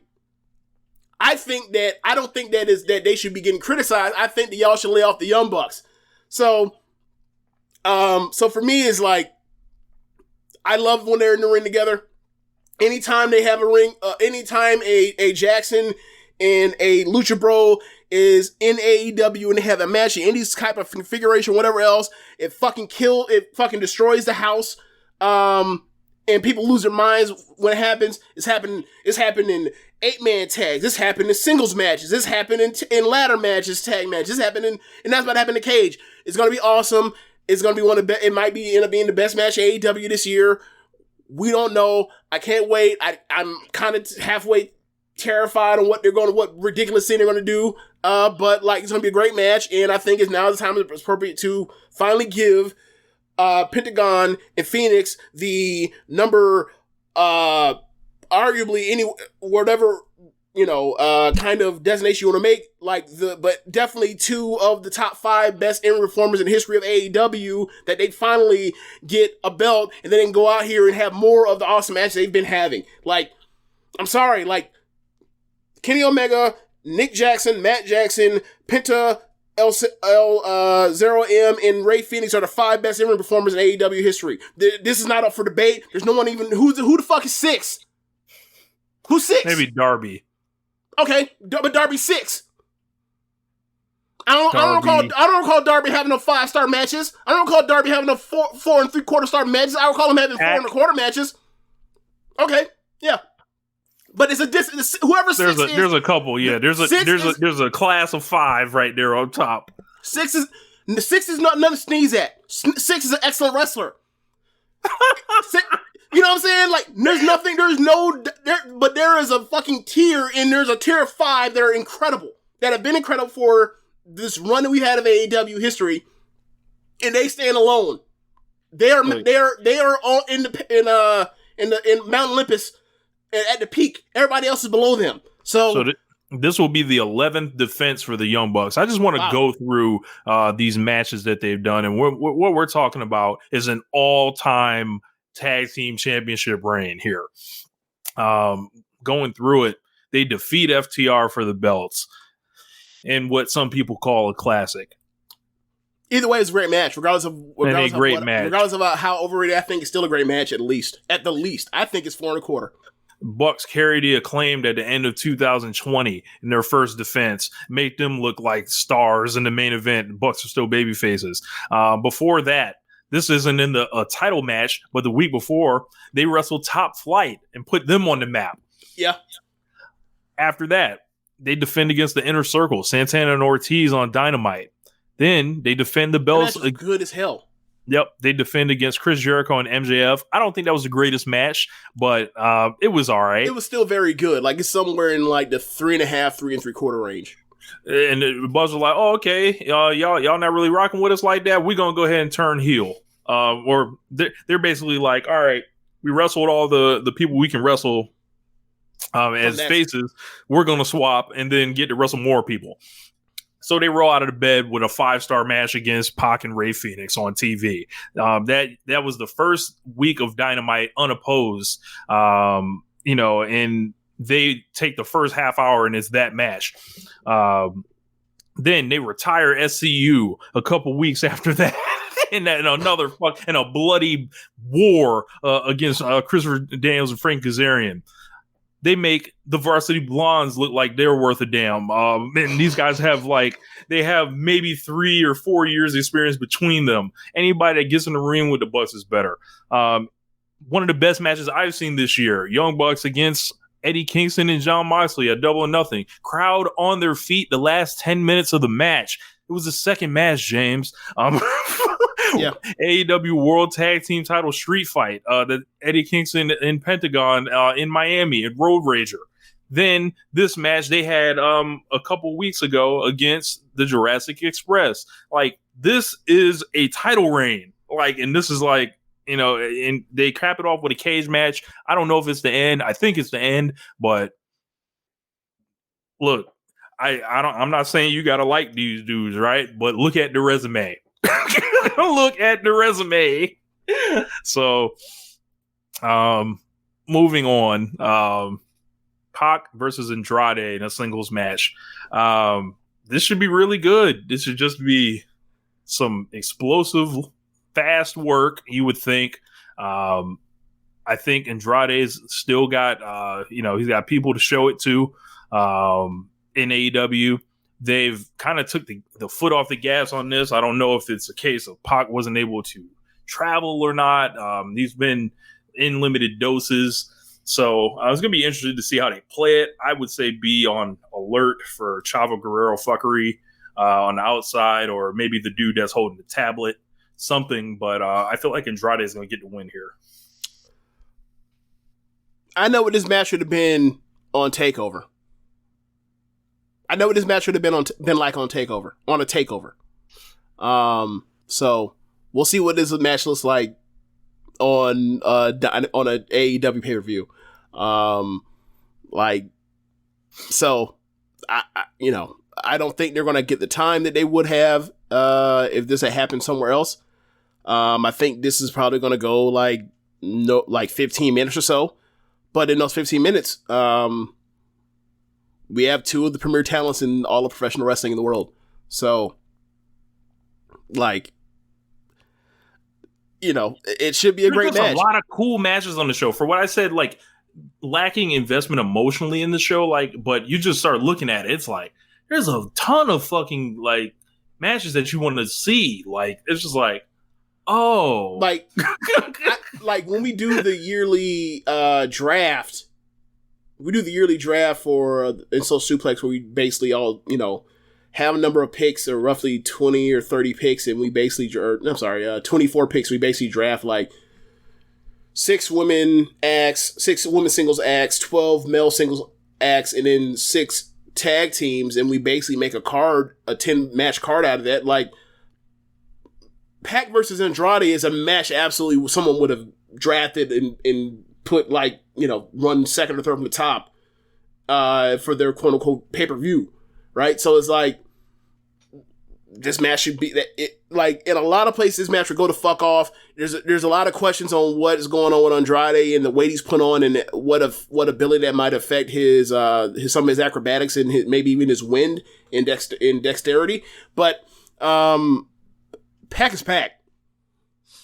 Pac always gonna be Pac until Pac can't be Pac no more. So that dude's awesome. He's always everything. I've never not seen him be fucking awesome. And if they get 15 minutes or whatever else, they're gonna have a great match. There's no reason why this can't be a another match very similar to like the Pac and Adam Page stuff from the beginning, from the end of 2019 in AEW. Like this match should be just a great mid card match that just like is awesome but goes short, so you can't just say it's some type of match of your contender, but like it should be filled with incredible action because these are two of the most complete like in-ring performers we have. I'd open the show with this. Like if that'd be strong. That'd be a strong like get off the first because like you said, like they don't like to build up like Japanese promotions do with their card. They just put like everything has to top the next thing. So yeah, you're right. Like if they don't put like the cage match on first, because I don't know about the logistics of the cage or whatever. Do you think that happens like where they put it on like in the same spot they put like where did they put that Moxley and Kingston Young Bucks match at Double or Nothing? Was that second? Yeah, second. Yeah. I feel like they got to do the cage match either early or late, like not in the middle, like, or else it'll be like weird. I mean, yeah, we'll see where that goes. Like, what I would say is I would like for the cage match to go on after Pac and Andrade are done. Right. Yeah, that's what I would like to happen. Because like we gonna see if Pac, no, I ain't gonna do it. If they gonna turn on this white man. Yes. So we got Miro. I would say that would suck for me personally if like they finally win the belts and then they immediately turn them heel. Like fuck, man, we couldn't get like, damn. We're right back to the Lucha Bros versus Good Guys. After we just got done watching the Young Bucks be Good Guys, like I want to see them like wrestle some of the heels or whatever else, and Phoenix go out there and run ropes and be awesome, and Pentagon finding new ways every single week to come out with a Canadian Destroyer for somebody. So, like, yeah, man, like I think it's time, but like I don't know, like does Andrade have to win? I think he does still because I think he's still trying to get over in AEW. I can see that, yeah. So I think he's still running on rep right now, yeah. Yeah. Like if you compare him to like Malachi Black, who I feel like is he's way ahead of him. It's not even a debate. Yeah. So we got Miro and Eddie Kingston. They set this up on Rampage. Eddie Kingston, the original guys who end up getting a contract after a loss. Miro apparently don't like this shit. He doesn't appreciate when people take what they haven't earned. Like Fuego beat Fuego's ass, unmasked him, which I didn't like. I got some heat with me. You ain't supposed to like it. That's the point. I know. That was a good type of pro wrestling heat. I was like, damn you, Miro. Miro's awesome. Miro's been awesome lately. He really has. Has. Like, he's not doing no innovative, like groundbreaking thing. He's being an awesome asshole. Like just completely like reserved but over the top, like in the goofiness with it, like the deadpan straight, like serious but comedic. Like he's always had this in him. But he's gonna wrestle Eddie Kingston. A lot of people are in the Kingston right now. I think they're trying to heat this thing up kind of out of nowhere. He has been calling Kingston out for a while, but this should be a never match, I think. Yeah, I'm worried about how long this match goes. Like, should this match go longer than 8 minutes? No. Yeah, I'm kind of in the same place. Like, just have 8 action-packed minutes of suplexes and chops and kicks and and a couple holds, and then we move on from there. Like, I mean, like I think that he should beat Kingston for the heat, but I think that there is value in Kingston. Like having the TNT belt being a career destination for him, like something that he should get eventually, but he has to, build and fail over the next, year or two before he finally gets it. And then and then it means something that like he finally won it and he actually is a champion after coming in and being a, more or less a lovable loser as a heel. I think that'd be a really cool thing. We'll see what they do because like I don't know how over he is as far as moving merch or whatever else, but he is with Moxley and like people love him. Yeah. Like I feel like I saw this coming like from the moment the Moxley feud happened, I was like, whenever they fucking flip this you guy, did say like that. You did he's say gonna that. be like Kevin Owens, like everybody's gonna fucking love him, and like when him and Moxley like get together, like it's gonna fucking go off, and like it's worked out splendid for Eddie Kingston, who's really getting to go around the country on a national level for the first time. To find he's over in a lot of different markets or whatever, which is kind of crazy. I don't know if they do like a Miro, like basically cheats at the end to win, or something happens that leads to him fighting at Arthur Ashe, or I don't know, but I think this should be pretty solid here. And also got to respect this match for being an example of letting men bald in gray and peace, like in public, you know. So and also we get to the next match on there, John Moxley and Satoshi Kojima. So apparently this match was always set to happen. The Tanahashi thing is a tease for something that is yet to happen, whether it's at Wrestle Kingdom or somewhere else. The quote unquote contracts that are being sent back are going to keep having like different names on them other than the Tanahashi one. That's at least how I'm kind of taking it. But yeah, Satoshi Kojima shows up. He had a great match with Will Ospreay earlier this year. If you guys want to check out something that he did, it was like a no holds barred match, like 4.5. He still can roll out of bed like in his sleep. Like I pretty much said on Twitter, I was like, he's gonna roll out of bed in his sleep and give you 3 3/4 like in this match. And you never know, like if Moxley's like feeling it and he feels like he's over. Oh, he's feeling it. Yeah, so like he'll be like, all right, let's go higher. Like the reason why I say he's feeling is like people. I think we may have not talked about this because like no, we didn't talk about it. Like the actual matches that happened on Rampage the week of that CM Punk returned, because like why the fuck would we? But because it was like it was that week plus it was SummerSlam and Takeover, so we didn't talk about any of that stuff. But like that main event he had with Daniel Garcia that goes like 7 minutes, whatever else, and then like beats shit out of him. Daniel Garcia has the advantage of he's a really good technical wrestler, and then he works over his leg, and the leg had been worked over from them attacking him in the past.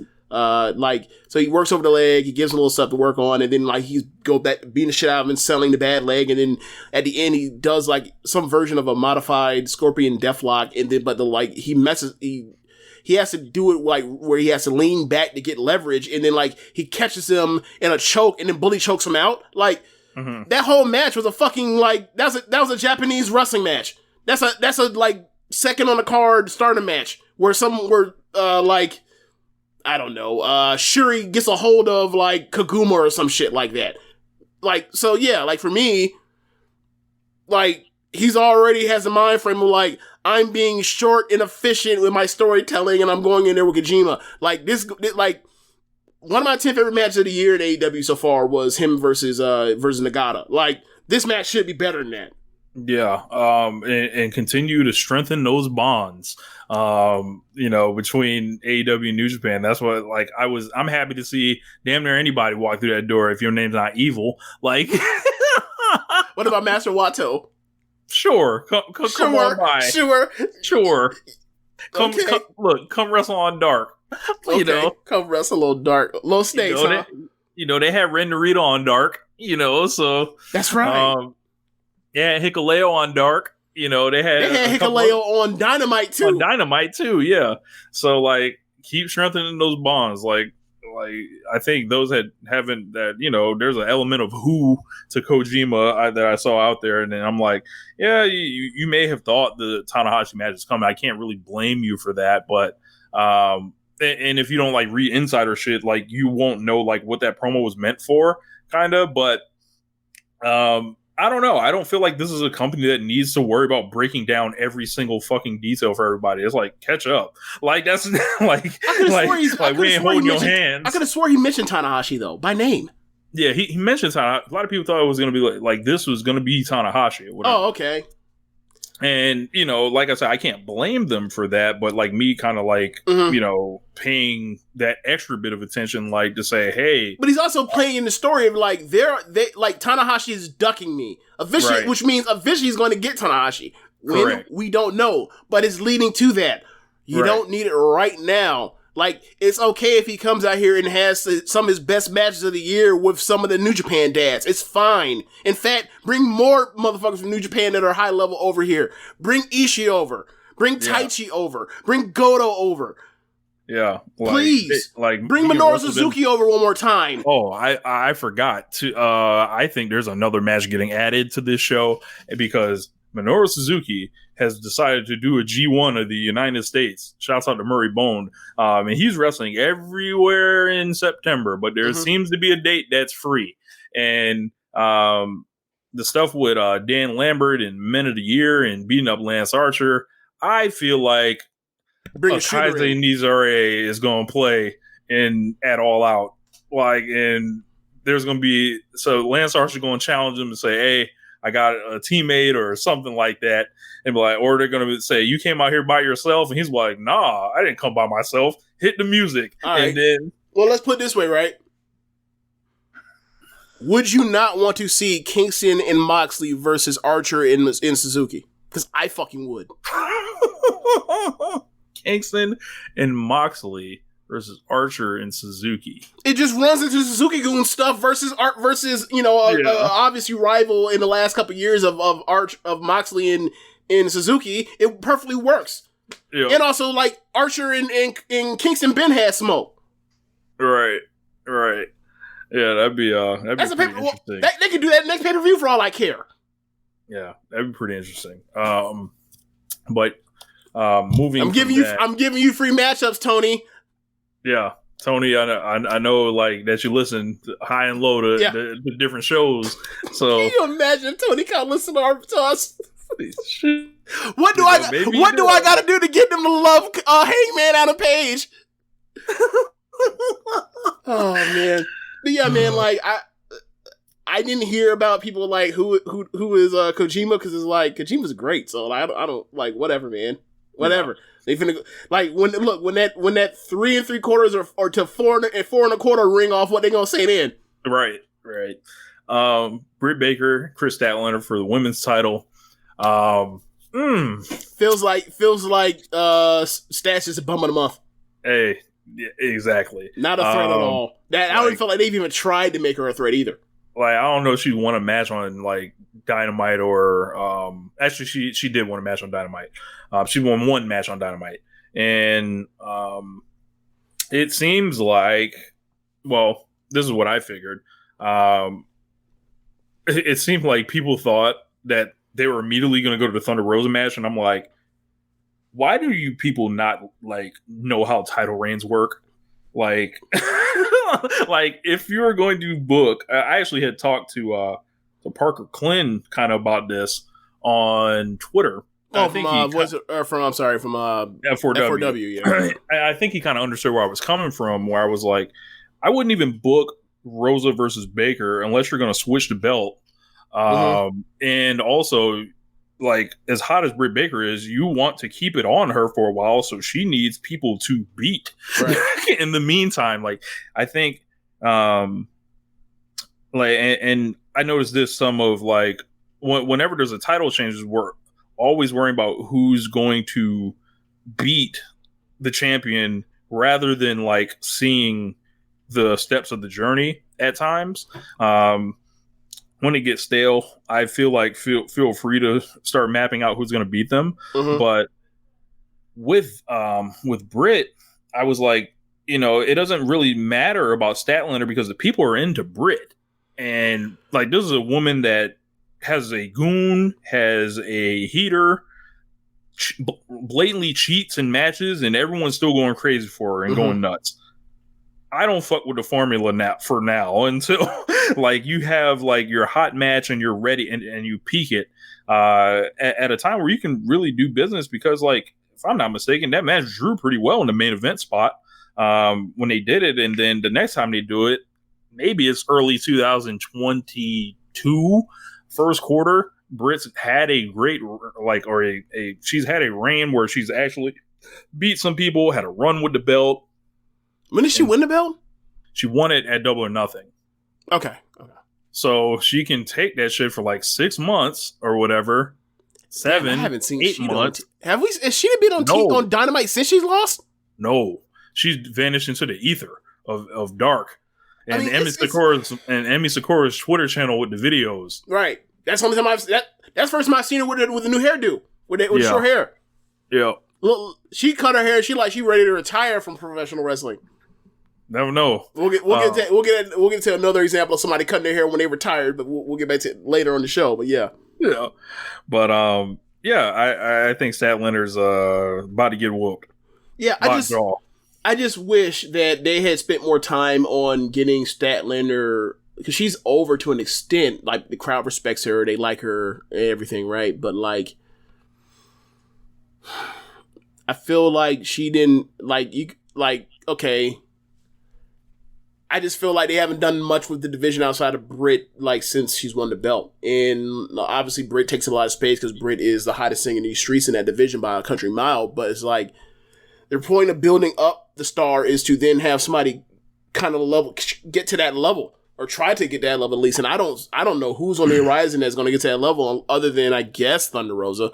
But in the meantime, you still got to have title defenses for Britt, and a lot of these people just feel like I don't see them. Right.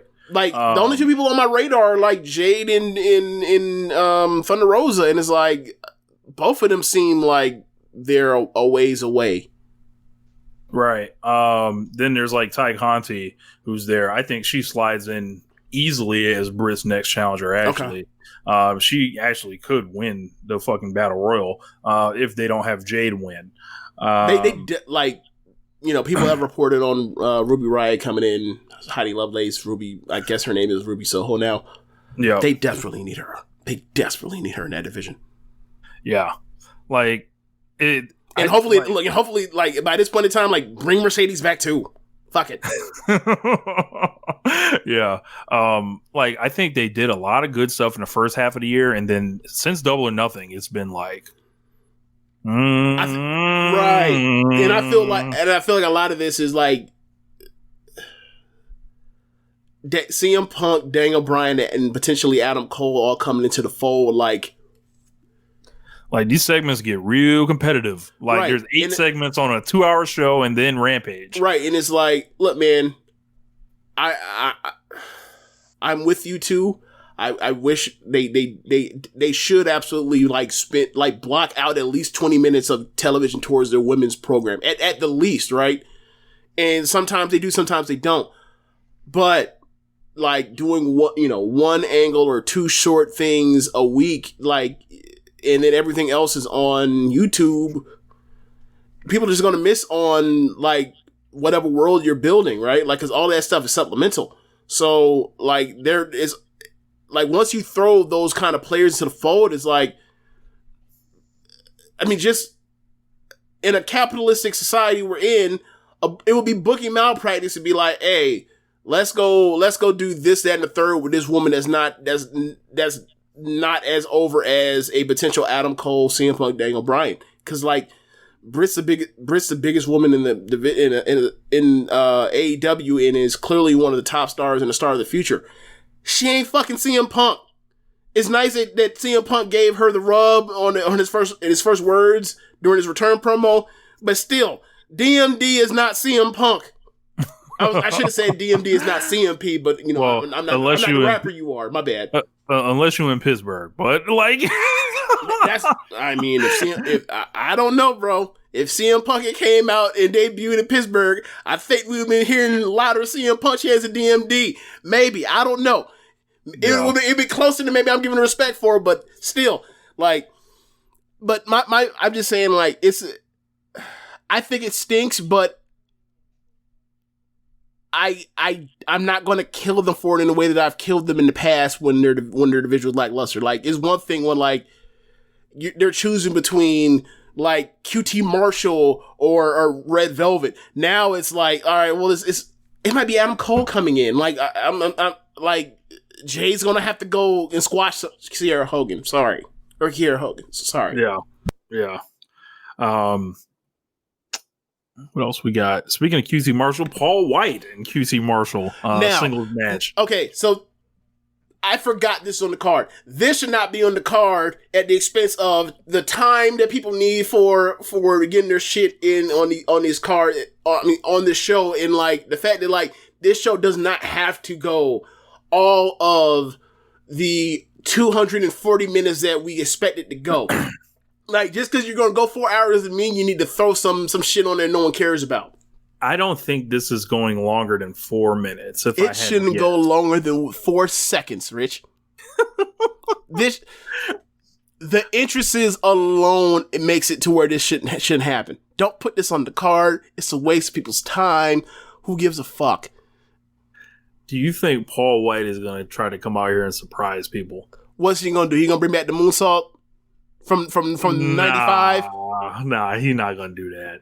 But, you know, how he was out here with Strowman trying to move and shit like that. But that was for Strowman. He's supposed to do that for QT Marshall? I don't know, man. Like, look, I don't know the goal of this. Like, I feel like they were trying to find this to stick it somewhere on the show. Like, they assume they need some type of palate cleansing match, which is so dumb. I hate the concept of a palate. Like, either be over or not. Like, or just do an intermission.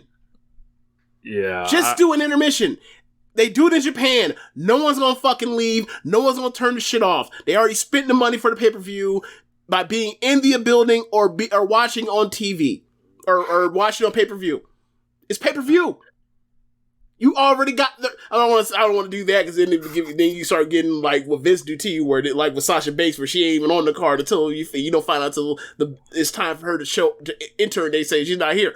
But like. They already got your money, which means you already got everyone's attention. Like, just, if you need to do intermissions, do intermission. Like, I respect that a lot more than, like, you throw out some match that people are not supposed to care about. It's intentionally built in for people not to care about it. Yeah, I think this is gonna die. Like, it's going to die. Like, keep it short, keep it, like, try to get a choke slam out of it. I don't know if he's doing the WMD anymore. Figure something out, knock out the rest of the group, or bring back a Go-Go to like face off with Paul White after the match. Like, that's the only way I think you save this. I don't want to see a Go-Go versus Paul White because neither one of them should. He got to knock Paul White out after the match. But then that means they have to have a match. What you mean, shrug? You want to see Go-Go versus Paul White? He just knocks him out again. Like, like if it's me, that's what I do.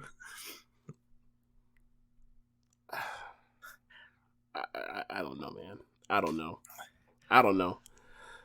Like, the factory outside of Go-Go is a drizzling shits. Like, I don't know why I care. I don't know why I'm supposed to care. I don't know. Like they was picking on Tony Schiavone, which is instant heat with me. Like, and not the good way. Like, what the fuck? What's the point? So I don't know, man. I don't know. Like, I felt like we spent too much time talking about this match. It's not going to be good. It's not going to go long. It's a waste of time. It's a waste of space on this pay-per-view that has a lot of matches on there. I would love to have someone ask Tony Khan about this, like, and see like what type of like answer he would give you. Because if you listen to Tony Khan interviews, it's like sometimes he talks around stuff, but I have a feeling that he would talk way around this one. Like, oh, we have this all-time legend, you know, making his return to the ring and all this other shit. Like, the greatest big man ever is like, okay, all right. I mean, it's gonna be funny. I guess he is a all-time good if we're going like 7 foot and taller. But then again, it's like, hey, man, I think Shaq's average match rating is higher than Big Show's. I think it is. Is there a chance they bring out Shaq? Oh my fucking god! And to do the match now. To do the match now that they were trying to do for like a decade. Yeah. I got a feeling that it would actually like happen now. Like I think there's a lot less hoops to jump through. So we're just gonna live off the TNT NBA synergy. We've already had Shaq. We just had Giannis doing everything except for join AEW, becoming All Elite himself over the last week. Fine, sure.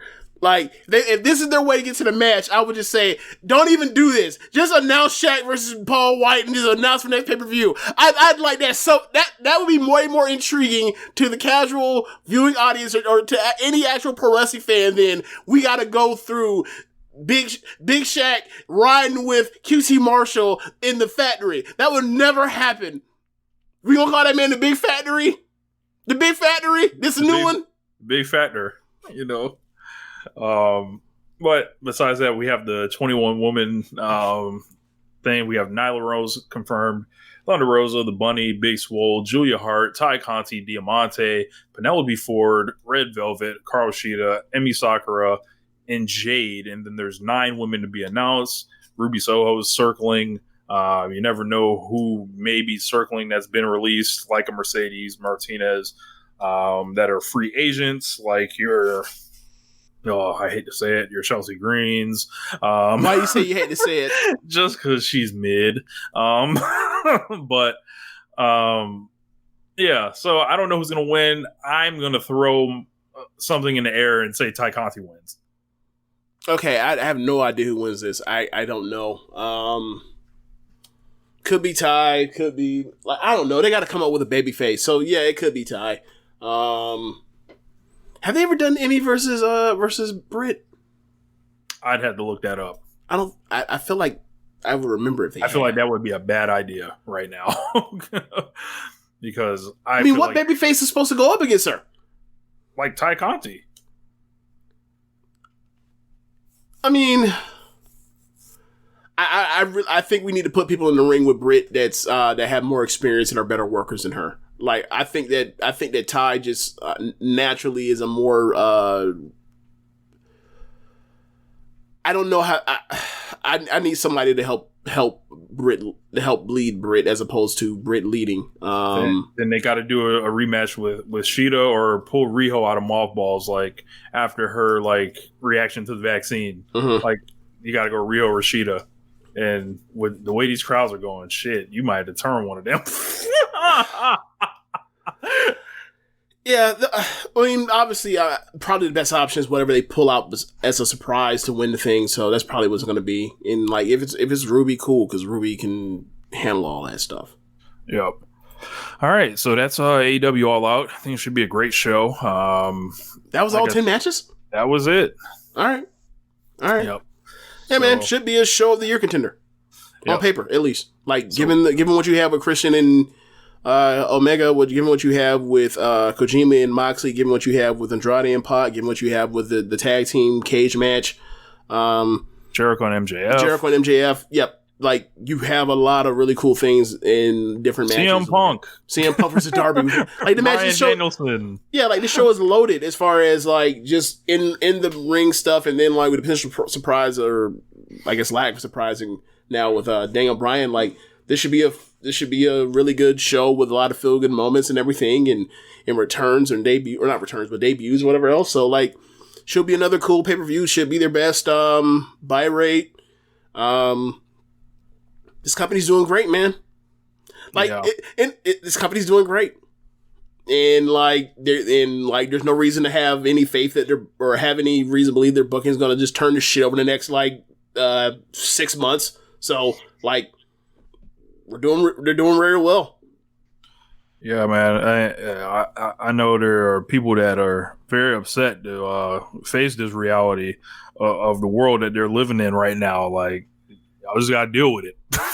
Like, figure it out. However you need to reconcile. But I guess, James, there's only one thing left for us to do. What's that?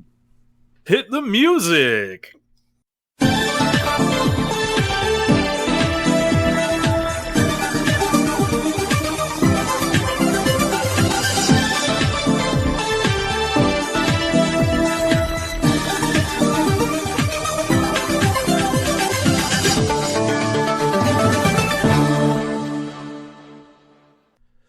All right, let's get to it. Yes. So before, oh no, we're not gonna do that first. We'll do. We've got a special segment planned. In the past, we've done a game. Oh shit! This guy called Hikaru Shida, and then we compared her to the WWE Women's roster. So we're going to play a game, and but that's later in the segment. And we'll talk about what led us to do this game, but it's a fun game. And before, during, and after, throughout the whole entire time, we will point out that Sasha Banks herself is great and is, under both of our estimations, the greatest woman in-ring performer in the history of this country. Right? Right. So we'll go from there. But yeah, man. I don't even know where to start. Like, Stardom has started running shows again after being off for 2 weeks. After a number of wrestlers were in people's that tested positive for COVID's like contact circle or contact list. So they took off 2 weeks of shows, and they gave themselves a lot of leeway by not doing a their G1 tournament, but they never do the G1 tournament where they just have one block, take one whole day and do 5 matches or whatever else, of the tournament. They've always filled it up with variety from both shows or whatever else, and stuff on undercard to get everybody in the card because, they're trying to move merch. So they always have more dates than what it would take for them to finish out tournament. They just did the brutally efficient way the New Japan does. So with that, the last 2 years, because of COVID, the global bastard, they've been able to sustain having dates canceled and then being able to just rebook around that and stuff, reschedule matches for later time after refunding people their ticket money. So in this case, they added a Cork and Hall show. I think it's the 16th. Mm-hmm. I think it's 16th. So they have in this run up, they have like 11 or 12 shows until they get to the Oda City final. And in between, they're going to have 2 Cork and Hall shows. This weekend, before the shit got canceled or rescheduled around, like, this would have been the weekend that would have had Shuri versus Tam, but that has now been moved to probably the main event of one of the Cork and Halls, so that match is really going to go off. They more or less got back to business. I did not watch the Saturday show, but the Sunday show on short notice, they put out a Twitter blast to the Japanese fans, to the Western fan base that, like, they're going to air the show live on YouTube as a free show, just to give you a taste. And they had a really good show. I'm trying to think. It was a 6-match show, I believe, or 7-match show. A bunch of singles matches. I think all of them were singles matches. The last 2 matches, Takumi versus Micah. Really good match. Damn near great. And then the main event was a banger. But like underneath that, you had like on a card that had no Tam, no Shuri, no Julia, no Tommy, no Kamatani. They had a really good show that was better than like shows that people were saying was historic this weekend for women's wrestling. So and I don't think it was particularly close, but yeah, I just thought that, so we're just going to go through that card, and then, they also, what they, said that, gave us this card on free YouTube streaming live, they also said that there was a team of mega announcements, and, so I was interested to see what it was, so we're going to start with the news. The first announcement was that on New Japan Wrestle Grand Slam shows, in the weekend, next weekend, that they're going to be, Stardom shows, or Stardom matches, 1 each, and very similar to Wrestle Kingdom the last 2 years, where you're going to have a match, but these matches are actually going to be broadcast live on, New Japan World. So, these aren't dark matches.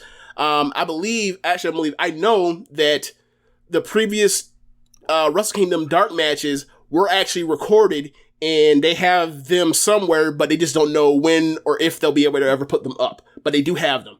So they're not lost to time. They're not like the Bret Hart or Tom McGee match where people are going to talk about this shit 20 years from now. They have them. So, and they were recorded. But yeah, so I thought that was the first news. So I'm thinking to myself, like, wait, that was the news. That's it. Like the dark match, like these undercard dark matches are gonna be okay, cool. So like past 3.5 star match thing or whatever else undercard, cool. Like whatever. I'm thinking that's it. That's why I stayed the fuck up. Like for 1 o'clock start time. Okay, so the next surprise, after Mayu's match, I think it was the third match from the top. Mayu finishes and she's walking out the ring, and as she walks out the ring, I see somebody in a black suit and heels walking up the aisle, and I look and I'm like, holy shit, that's Hazuki. And I lose my fucking mind. I stand up out of my chair. I have my hands on my head. Like, I reacted this much in the same way. I'm embarrassed to say this. I reacted this much in the same way if like the CM Punk shit was actually a full-on live surprise and not like everyone knew was coming for a month. Like, I freaked out. She comes into the ring, and when she gets to the ring, people actually then recognize her, right? Because recognize that she's in the ring, and they're doing the noise and whispers and the murmurs and the oh, and says, I'm Stardom Suzuki. The real Stardom. The real Stardom, like the real Bankhead. Yes. Yeah. So, if you bear with me, I'll pull up the translation. But the gist of the story was that she is back, and she has grown more or less frustrated with the kind of run that the outsiders from other promotions have had in Stardom, in the fact that the homegrown talent, the True Bloods of Stardom, have struggled in the way that they have. Somebody should have did this storyline in like WWE. I thought something similar too. That'd be hilarious. Yeah. So it'd be like Randy Orton, like it would be like out here championing the movement to keep the NXTers out from motherfuckers from Ring of Honor and New Japan and stuff. Yeah. We doing headlocks, nigga. Like, fuck you mean? Yeah, so the quotes are, it's been a long time. I'm honestly disappointed that the players from outside have been so dominant since I left Stardom. She says, Mayu, aren't you disappointed? And then Mayu, once Mayu grabs, Hazuki grabs the mic, Mayu turns around because she's walking out, and she missed Hazuki walking up the aisle past her. She turns around, she has this bewildered face, which is like, she's such a good worker. So, so Mayu gets in the ring, she says, hey, you like when you left, all you did was bitch. That was the actual translation. All you did was bitch. Is like, do you come back again to bitch again, or do you have, or have you left something behind? So, Hazuki said I'm free to criticize whatever, or and I don't care, and I don't care. So it's like, I believe Hazuki, that big fan of Alexander O'Neil. Alexander O'Neil. Yeah. What you criticize? Wow. Okay. But basically her gist was like, I'm waiting in the room for everybody that came from Stardom, or anyone that came to Stardom that has the courage to step up to the challenge of trying to stop these motherfuckers that have run amok in Cosmic Angels and Donna Del Mondo since they got here, right? And she said, like, I'll be waiting for people to either join me or leave me. Like, almost on some Sting WCW shit. Like, join, hand her, Hazuki gonna hand everybody, walk up to Azumi or walk up on Momo and hand her the bat and then turn her back. Yep. Are you with me or not? Can I trust you? Like, she fully came out. She didn't say anything about Oedo Tai. Actually, Natsuko was like, what the fuck are you, more or less on Twitter, was like, what the fuck are you doing back? Blah, blah, blah, which is like, okay, whatever, man. Like, get well soon. Whatever. So, yeah, like, she's back. When she'll be back, I'm assuming it'll be after the Grand Prix. Like, she's only wrestled one time since she retired at the Christmas Eve 2019 show. That was at Hannah's memorial show. She's still great. So, like, I'm super excited. Like, I've missed her terribly in Osaka Getsu, but if it was the choice of one or none, I'll take one. I think she turns 24 this month. Next month, September, she turns 24. So yeah, like another person Aging vet. Yeah, man, the aging vet. Does she still have it? Does she still have it? So the thing for me is, so does this mean I could keep hope alive for Arisa to come back? I think you could, but I mean, who knows, man? Like, she's doing the play wrestling stuff, the acting wrestling stuff. So I don't know. Who knows? I think the thing is, when she left, the year that she left, when she was a high-speed champion, she was a standard bearer and one of the best in-ring performers in Stardom. And was ahead of a lot of people. She was ahead of Tommy as a wrestler. She was ahead of Tam as a wrestler at the time. She was every bit equal of Momo without ever being pushed at that level. But just you watch her night to night, she's on that level. So for me, the only people I had her in the ring on a night-to-night basis ahead of her were Jungle Momo and Kagetsu and Mayu. And at the time, I thought that she's destined to be a future white belt champion. The dynamics and the price of the brick have gone up since the acquisition of Stardom into Bushiroad, and Donna Del Mondo coming in, the cash cow that is Cosmic Angels with Tam and Unagi and Mina. So like that kind of like manifest destiny kind of got changed overnight, and she was clearly slotted after she had lost a high-speed belt to being somebody that was just around, chilling out, like very much like Momo. Mm-hmm. She was in that slot where it's like, she's on the card, she's going to come out there and be great, but she's doing stuff that doesn't really matter. She doesn't have a storyline going for her or anything. She was hanging out after she lost the high-speed belt and had that awesome match with Arisa in July of 2019 for the white belt. And I thought to myself, like, from that time to where the Grand Prix happened and she's alive until the final night and gets eliminated, and she's in tag league with Natsuko, and that team just was Hazuki was like, I'm not about to try to be fucking Bret Hart and try to carry this thing. And then like the next thing you know, she just like announced she's retiring in a month, and you're like, what the fuck? What? They said like, so she must have been like Ernie Ladd if could guess who was Bill Watts. God damn it. I was thinking of lieutenant lines for her because of the Meltzer's report. That like, guess who runs it like runs starting like she's Bill Watts. She was the head trainer at the time. For me, with her coming back, her out of Oedo Tai after Oedo Tai has been the value of it is clearly lower with Natsuko as a leader. Her with a chance to be a babyface with Mayu in Stars potentially start her own, faction of True Bloods where she pulls from Queen's Quest and Stars. She now has a track now to become a white belt champion in the future. Like before, I thought that like Starlight Kid or Kamitani was going to be the person to take the belt off of Tam. Now I think it could be Hazuki. So, like, the landscape is her own faction. No matter what it's called, I'm calling it the Real Stardom. CRS. No matter what it's called. Okay, so what if she's just number 2 in Stars with Mayu? Well, no, I'm saying if she starts her own faction. So she has to start her own shit. She's the real bankhead. Thank you, Rich. Thank you. Yeah. All right.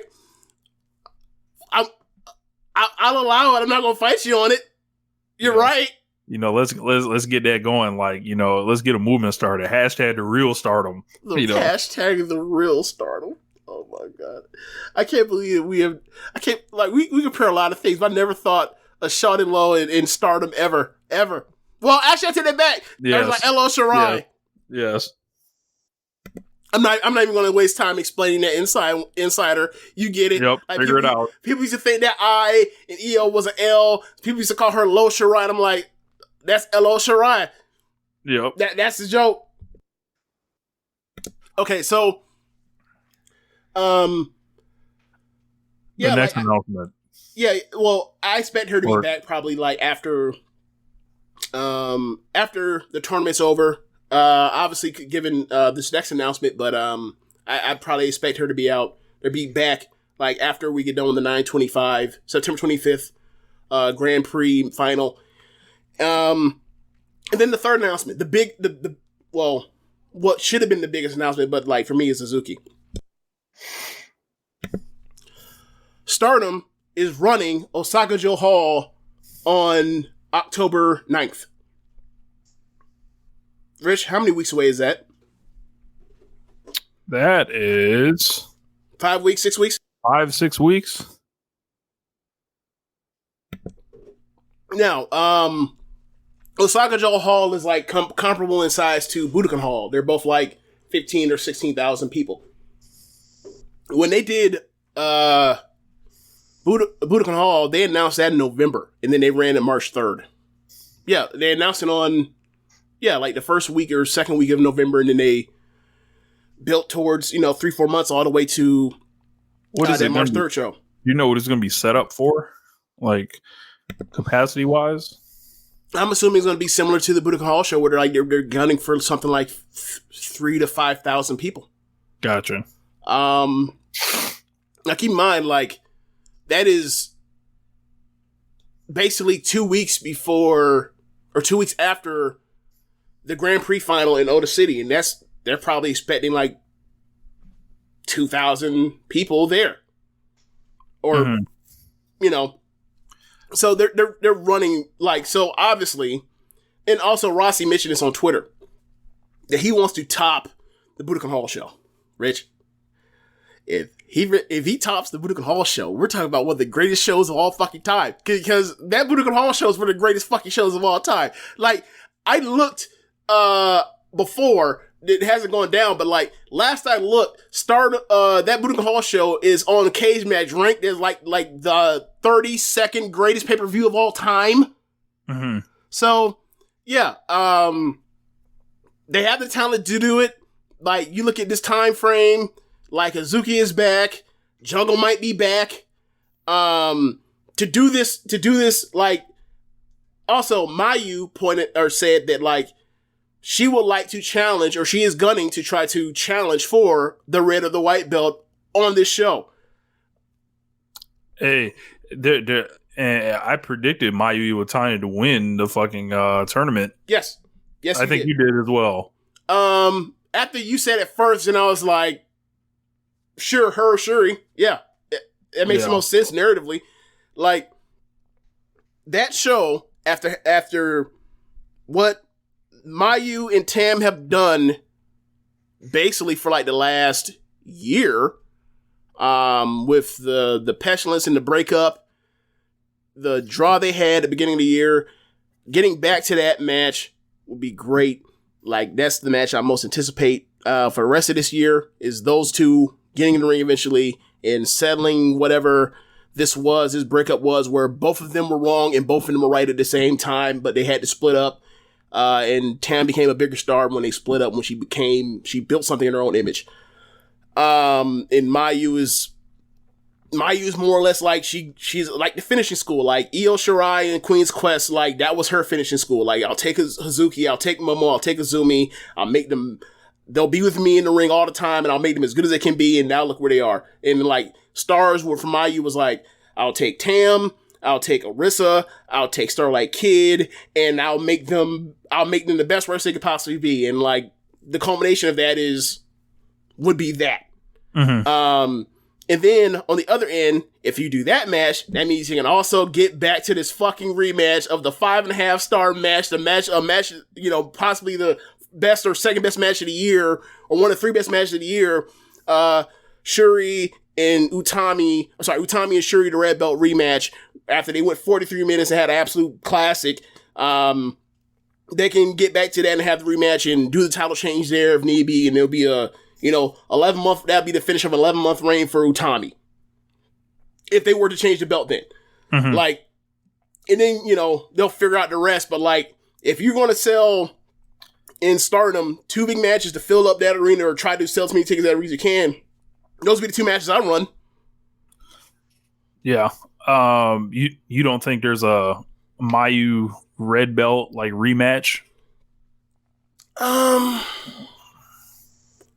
Stardom doesn't really do former champion takes on the person that took the belt from them that often.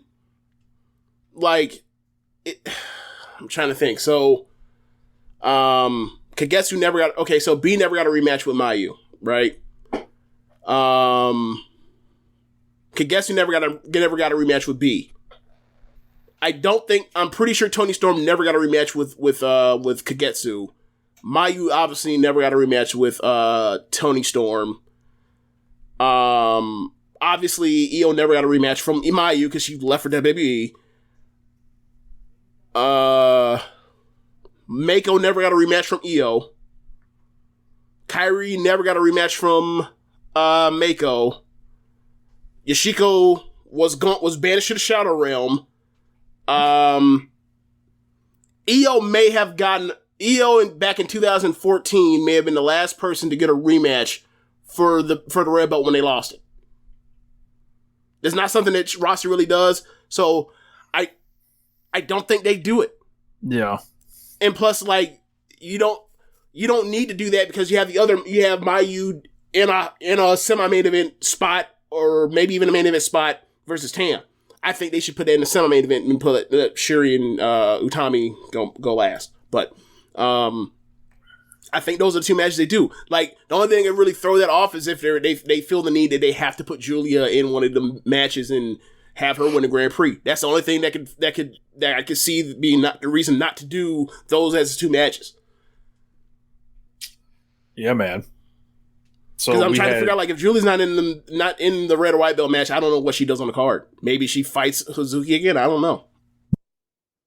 Because Julia's first match in Stardom was versus Hazuki, where Hazuki basically said, like, in the pre-match promo, y'all want me to lose? Fine, I'll lose. Like, she was in pure fuck-off mode by that point in time. And, like, I love that match.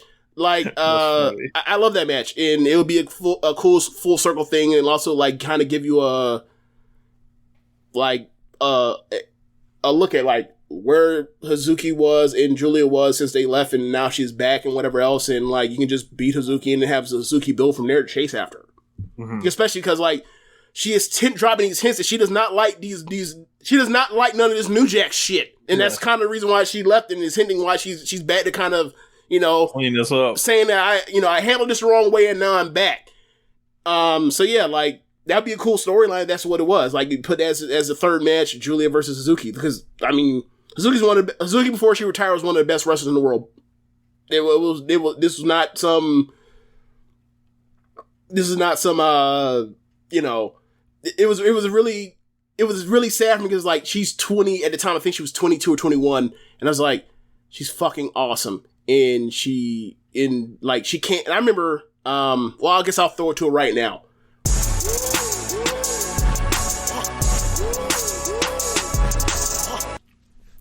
There's a segment in this match where they're on the top rope, and both of them, and Hazuki is on the outside facing in, and Arisa is on the inside facing out. And Hazuki grabs Arisa's head and brings it and runs it right into her knee for a knee lift. Then Arisa's basically out, and she slumps over the turnbuckle. From that point forward, Hazuki basically, like, flips off of Arisa's carcass and lands inside the ring on her feet. Then turns around and pump kicks Arisa's face. And then grabs her while she's still attached to the top rope stuff. And basically gives her a elevated neck breaker to the floor. And all in one sequence of action. And I said to myself, like, this woman is fucking incredible. This is one of the best wrestlers in the world. How are we, the select few people in this country that know how good this fucking woman is?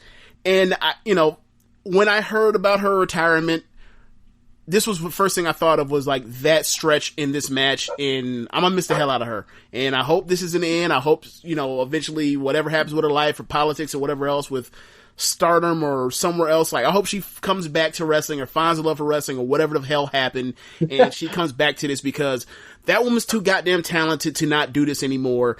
It feels so wrong.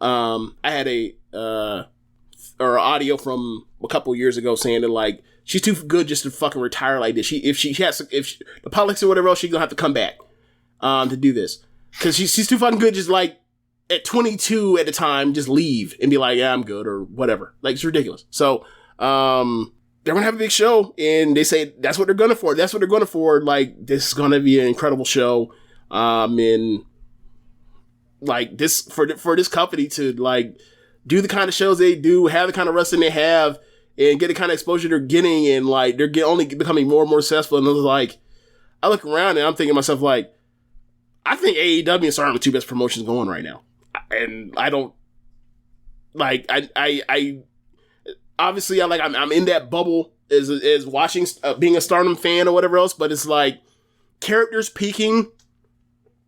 Only AEW and Stardom have that many peaking at the same time right now. And then, like, almost like a guarantee that, like, you put on a big show, and you're going to get an awesome show. Like, it's you know, NXT TakeOver, New Japan, Stardom, and AEW. You don't know what the fuck you're going to get if you pull on SummerSlam. Hey, man, you don't even know if you're going to get the matches that were advertised at SummerSlam. Good point. Very good point. So, I'm excited. It's like, and even in, like, 20 months she's been gone. There's like, this is a fucking different company than she walked. Totally. Well, that's way more talented, way more experience. Like, bro, the versatility that what happens when she gets in there with like Azumi now or Starlight Kid is like that's where I was getting fucking kid anymore. Compared to when they were 16 and 17, and she was like here like having great matches with them in like you know in the high speed division. But it's like one thing when it's like that, and then it's like. I ain't no jit no more. Right. And then it's like, okay, so then you think about that. How much better Azumi and Starlight Kid have gotten. Now you have another one in Natsupoi. Then she can have a match with Shuri, right? Then Kamatani, Micah, like people she's never even had matches with. Like they could do Momo and Mayu before and Tam. They've done those in different sort of circumstances or whatever else. But it's like, now, like at this point, like given how weak Stars had became after they, you know, more or less graduated Starlight Kid and pushed the button on her to get her up to trying to get her up to an upper mid carder from just being like a lower mid card person or someone or an important prelimmer. Like, and you look at the injuries with Jungle out and Giant Sai out and everything, and it's like they need a number 2. Like Kaguma's cool, but Kaguma realistically should be a 4 somewhere. Right, not a number 2 with a 16-year-old that's not as good as like not as advanced as Starlight Kid and Azumi were to be your number 3. Like, nah, like let's go ahead and add somebody in here that's like people respect and recognize as like she comes in now and like she's still a top 8 wrestler in Stardom. And think about that, what that means. Think about what that means. Oh, we're going to contextualize it a little bit later on. Here you go. We're going to tell y'all exactly what that means later on. So, I'm not going to go through the entire card. I'll run through it really quickly. On that free show, the opener was Azumi versus Hanan. I thought this was Hanan's best singles match. Azumi, she's been able to carry stiffs since she was 16. It should be like when she like wrestling a 16-year-old. That's also good. It should be a breeze. It was. They had like a 3-star match, 3 1/4. Really fun match. Seeing what Azumi can do when she has to sell, when she can't like just run around you and be a whirling dervish and bouncing off the ropes. And she did pretty well. I think some of her selling is still kind of weird with selling a body part, but whatever. You want the Azumi experience, you're gonna get the Azumi experience. So good opener. I have to look at the card to figure out. I got it right here. What's second match? So we had Momo against Mai Sakurai. Yeah, Mai Sakurai. The Mai Challenge Series. Yes. This is the beginning.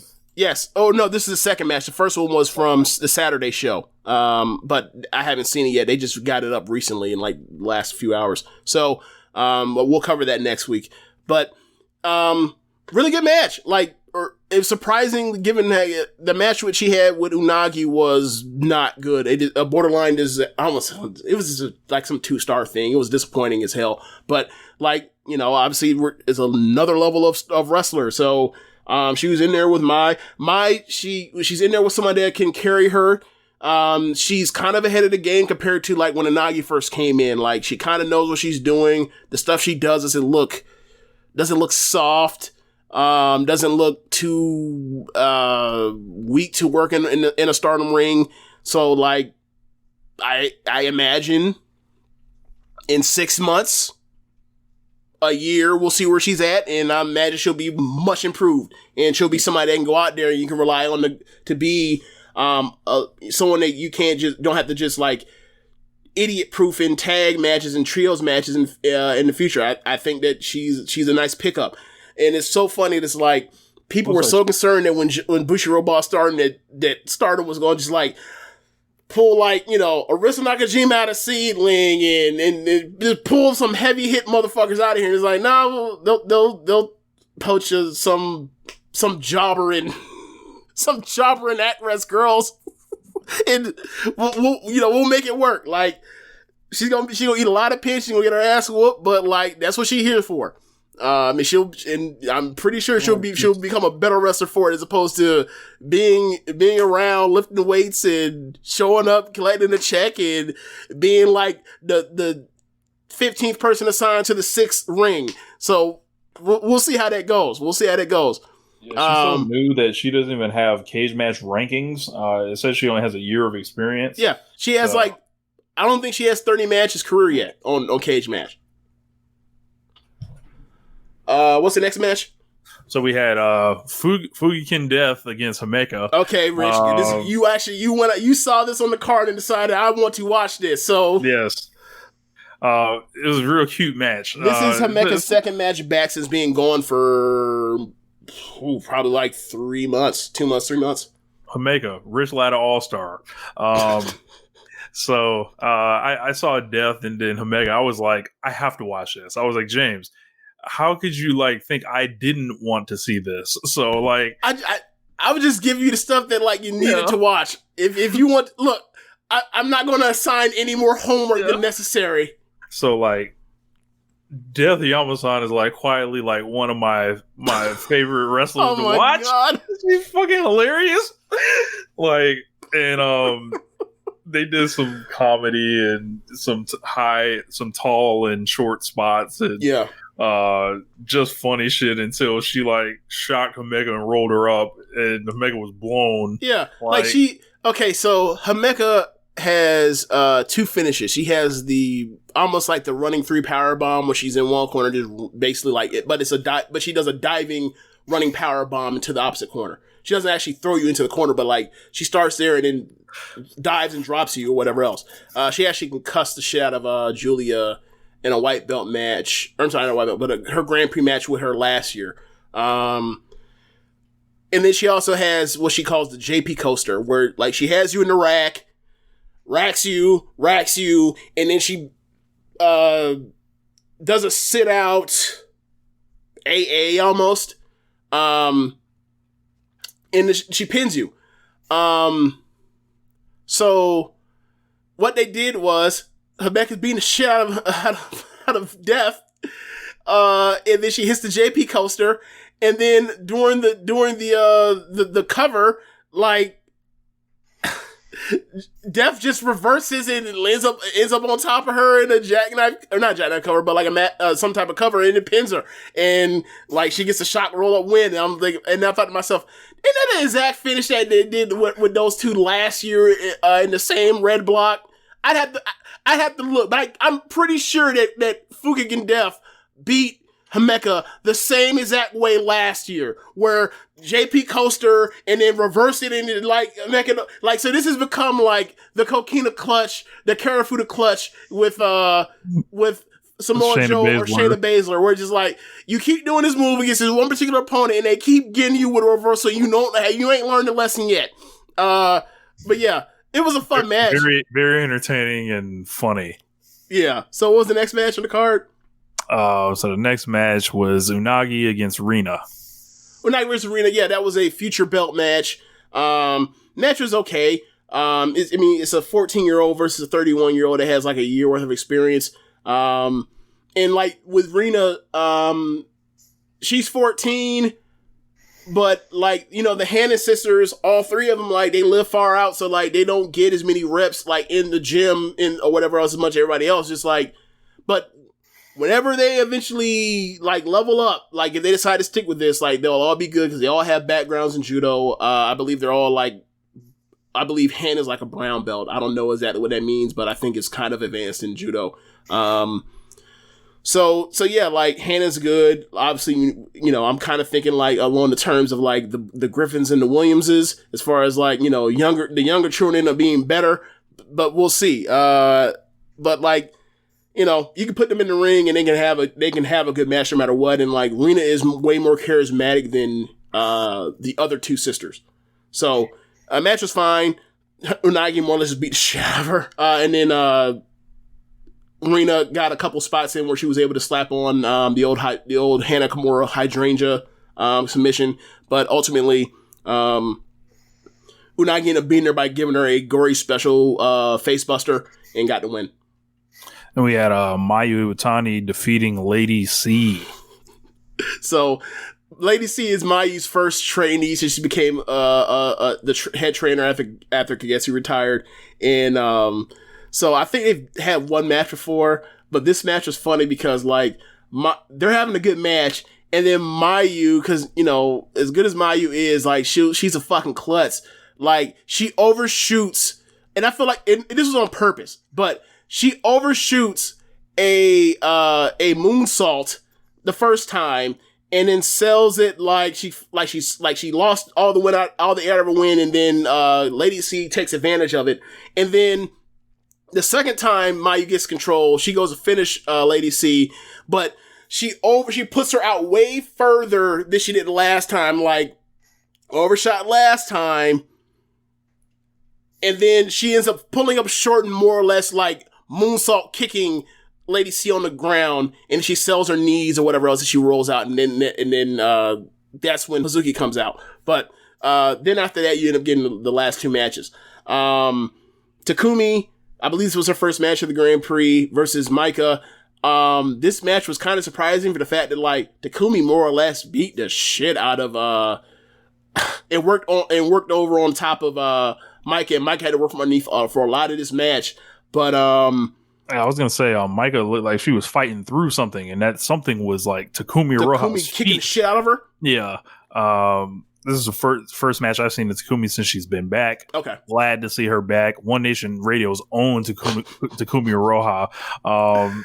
You know, it's impossible. We should not have lost. Well, people don't know. They don't know. Yeah. They don't know. Like anytime you have a wrestler that finishes on Voice of Wrestling and has two matches in the top 25 for match of the year, and then you put them and then you draft them, and then like you also have like that kind of talent that people just don't recognize. It's like, hey bro, like we're just wrestling nerds, or you just watch too much of this shit that people that we're so far away from the mainstream that like our opinions are kind of fringe. Like I get it. Y'all wrong, but I get it. Yeah. So Takumi, I didn't think this was the greatest Takumi match I've ever seen, but her kicks look solid as ever. I was looking for that snap and that sound off and that willingness to engage with the legs, and she definitely showed that. Yeah, like you said, this wasn't a match of your contender. This was just a damn good match. Like it's somewhere in the range of 3.5, 3 3/4. But yeah, like the best is yet to come because there's still Kamatani, there's still Tam, there's still Shuri, there's still Utami, there's still Azumi. So like, and there's still Konami. Like, it's gonna be a fun finishing stretch for this damn blue block, bro. It's yep. Like, bro, Tam still has Azumi, Utami, Shuri, and Takumi left. Like, God, I think this coming weekend is Shuri versus Utami. I believe it's gonna be fun. And then the main event, the high speed belt match. I'm gonna say Takumi. Nasty Boy versus Starlight Kid. Nasty Boy's been the champion ever since the Budokan Hall show back in March 3rd. She's had multiple defenses. this match was Starlight Kid's second challenge versus Natsupoi. The first match was, I can't remember what month it was. It may have been like May or April. I can't remember, but like that match was like 4.25. I love that match. This match is almost like another version of this match, except Starlight Kid's evil now. Just excellent Chris wrestling at the highest level. Like at times has character, has story. Just two excellent wrestlers like throwing down in the main event of a house show level show in Stardom, and like I gave it something like 4 to 4.25. I thought it was awesome. Like it was a dominant win for Starlight Kid. I was kind of surprised by that, but like they put her over huge. What were your thoughts on it? So the Natsupoi and Starlight Kid was March 28th. Match was. Okay. Yeah, I'm right there with you on the rating, like 4 to 4.25. It like every time I see Starlight Kid, she is growing more into her new role as this heel, which was designed to get her reps like these, like as far as like her being a main eventer at some point. I was taken aback by the turn. Just thought it was absolutely hilarious that we would have Black Kid, but right, like she's the best baby. Like she's the best Pierce baby face in the world, and they turned her heel. And it's like they didn't have to do this. Like she was already on her way, given the stuff she was doing, like since like the tag league last year, right? Like she had a damn near 4.5-star match with Julian for the white belt back in Valentine's Day weekend. They didn't have to go this route. They could have eventually gotten back to Mayu and Starlight Kid being tag team champions to take the belts off of Shuri and Julia if they had wanted to. Like, but they decided to do this, and like ultimately for the betterment of that faction that was a absolute crack house until you know they brought Starlight Kid in. Like this, you know, this is one of the more successful turnarounds for like a storyline. Like I did not give a flying fuck about Oedo Tai versus Stars after they've been going on like on and off from like February until they finally added Starlight Kid. But like once the element happened and like Mayu fought like hell to get her back, and then she won that gauntlet match. We had to face 5 people, and then she's like, you know, like over the last 3-4 weeks you've been changing and you kind of like have adopted the dark side of Oedo Tai, and like, you know what? I'm going to fight. I'm still going to fight for you. And then when I win, and you can decide what you want to do because it's your choice. And then at the end of it, she's like, look what you've done in the 3 weeks since I left. Like y'all did nothing. All y'all did was fight to get me back. Y'all haven't tried to win nothing or none of that. Like y'all just been fighting Oedo Tai and running in place. And it's like, she said, you know, like, I would come back, but it's like, I don't want to be Mayu Itani's sidekick anymore. I want to be my own person. I want to grow and all this stuff. And like, maybe there'll be a day where like, or maybe there'll be a day where I surpass you and we can be friends again, but that's what it's going to be. And then like Mayu said to her, like, look, if you want to be my rival, we can do that. We can fight, but like, she said something along the lines of like, I will always be waiting to be your friend. And like that shit was heartbreaking. Like I cried. Damn. I fucking cried.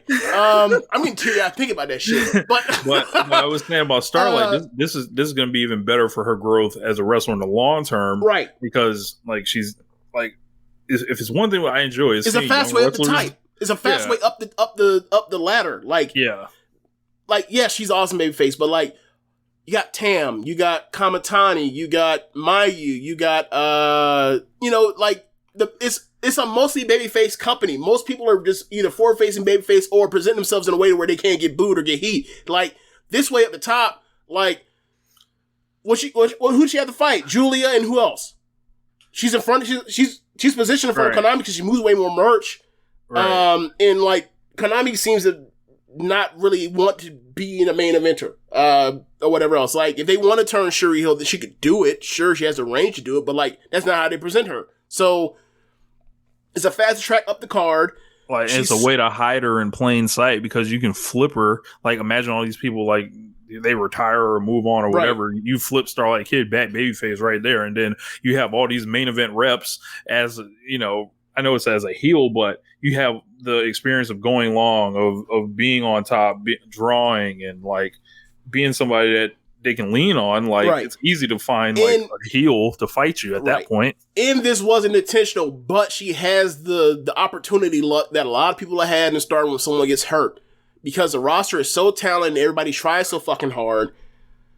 Somebody got hurt, so she can be slotted into position. Like, obviously, when, they won, or, when she became a slave in Oedo Tai, like, they said that she was going to be at the bottom, she's going to be below Rina and Roaka, but it was like, that's cap. We know where she's going to be. She's going to end up being, like, the number 2 or 3, and most likely number 2 in Oedo Tai.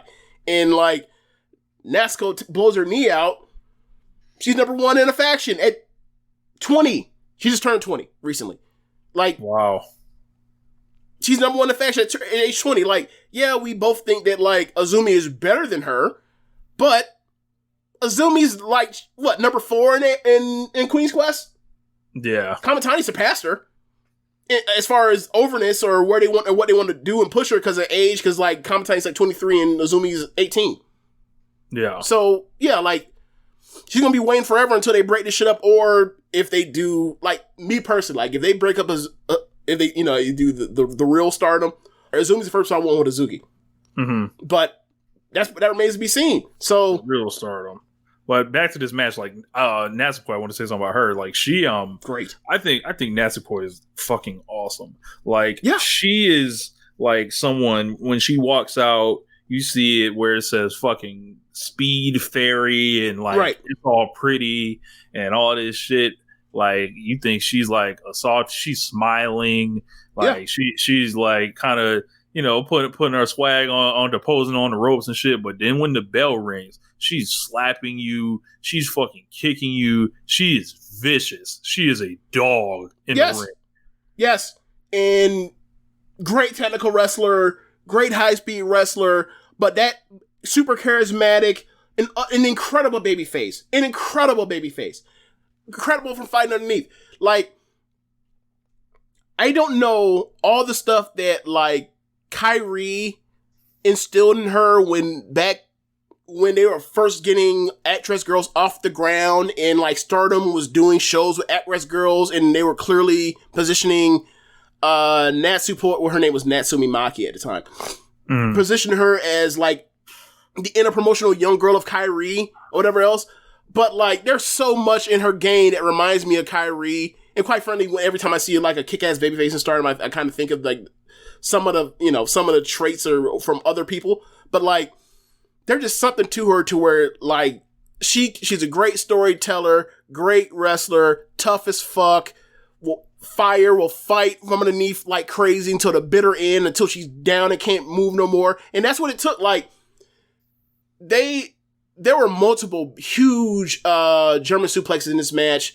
Like they emptied the gun in this match, and it was like this could have been like the second or third match on a Stardom pay-per-view. It just wasn't. But like the fact that like they gave it the time and the proper placement, like this reminded me of like when they used to put title defenses on the house shows or whatever else. When I would see like Gettsu vs. Konami in Konami's hometown, and that wasn't a red belt match, but would just be a non-title match, and they would go to a time limit draw or whatever else, and then let Konami talk to the crowd, or they would put B versus Konami on like a Sapporo show right before they go to a Korakuen Hall. Like, this is one of those shows, one of those matches where it's like, this wasn't a big show necessarily in this like house show, but like they built towards a match that was important over months or whatever else, progression in the training up of a character versus a woman that just came back, but like when she was back, like before Natsuko got hurt, I had her in as, I think she might have been the leader in most recommended matches in Stardom. Mm-hmm. For me. I think the only person might have been ahead of her may have been Momo. That's it. But she missed a month or two or whatever else, but she's great. And every opportunity I've ever given her, she's been great. And like, I think she should be a future white belt champion. Another person that like, you're doing the, we always do the AEW world title belt. Like, I think this white belt, like, I think it should go to Natsupoi and Hazuki and Kamitani and Starlight Kid over the next, 2 years. Those should be the successors. Like, unless like, they could do, they could do Shuri as a white belt champion, sure, but like she makes more sense as a red belt champion, because that's or whatever else. That fits more the identity of the two belts. But like, yeah, like Nest Boy's great. Starlight Kid, like I feel like she's probably the best beneficiary of the personal trainer game that everybody's got into ever since Julia showed up. Like, if you go to look at her from 2 years ago and saw like what her physique, like she's so much more like muscular and built, and you can see it like in her game to where like she's way more confident and balanced and everything. Like she's improved so much on her body to get to this point, and like she's gonna be at the top of Stardom one of these days. It's gonna be great because like in Azumi 2 and like we watched that shit almost from like the more or less the ground floor when they were like young getting their asses whooped, but we knew they were prodigies. So yeah, I thought this was a home run of a show for Stardom coming back for just a house show with like most of their big stars not even on this card, and they still had a good ass show. So yeah, but yeah, next week we'll cover the Saturday show that we missed, and then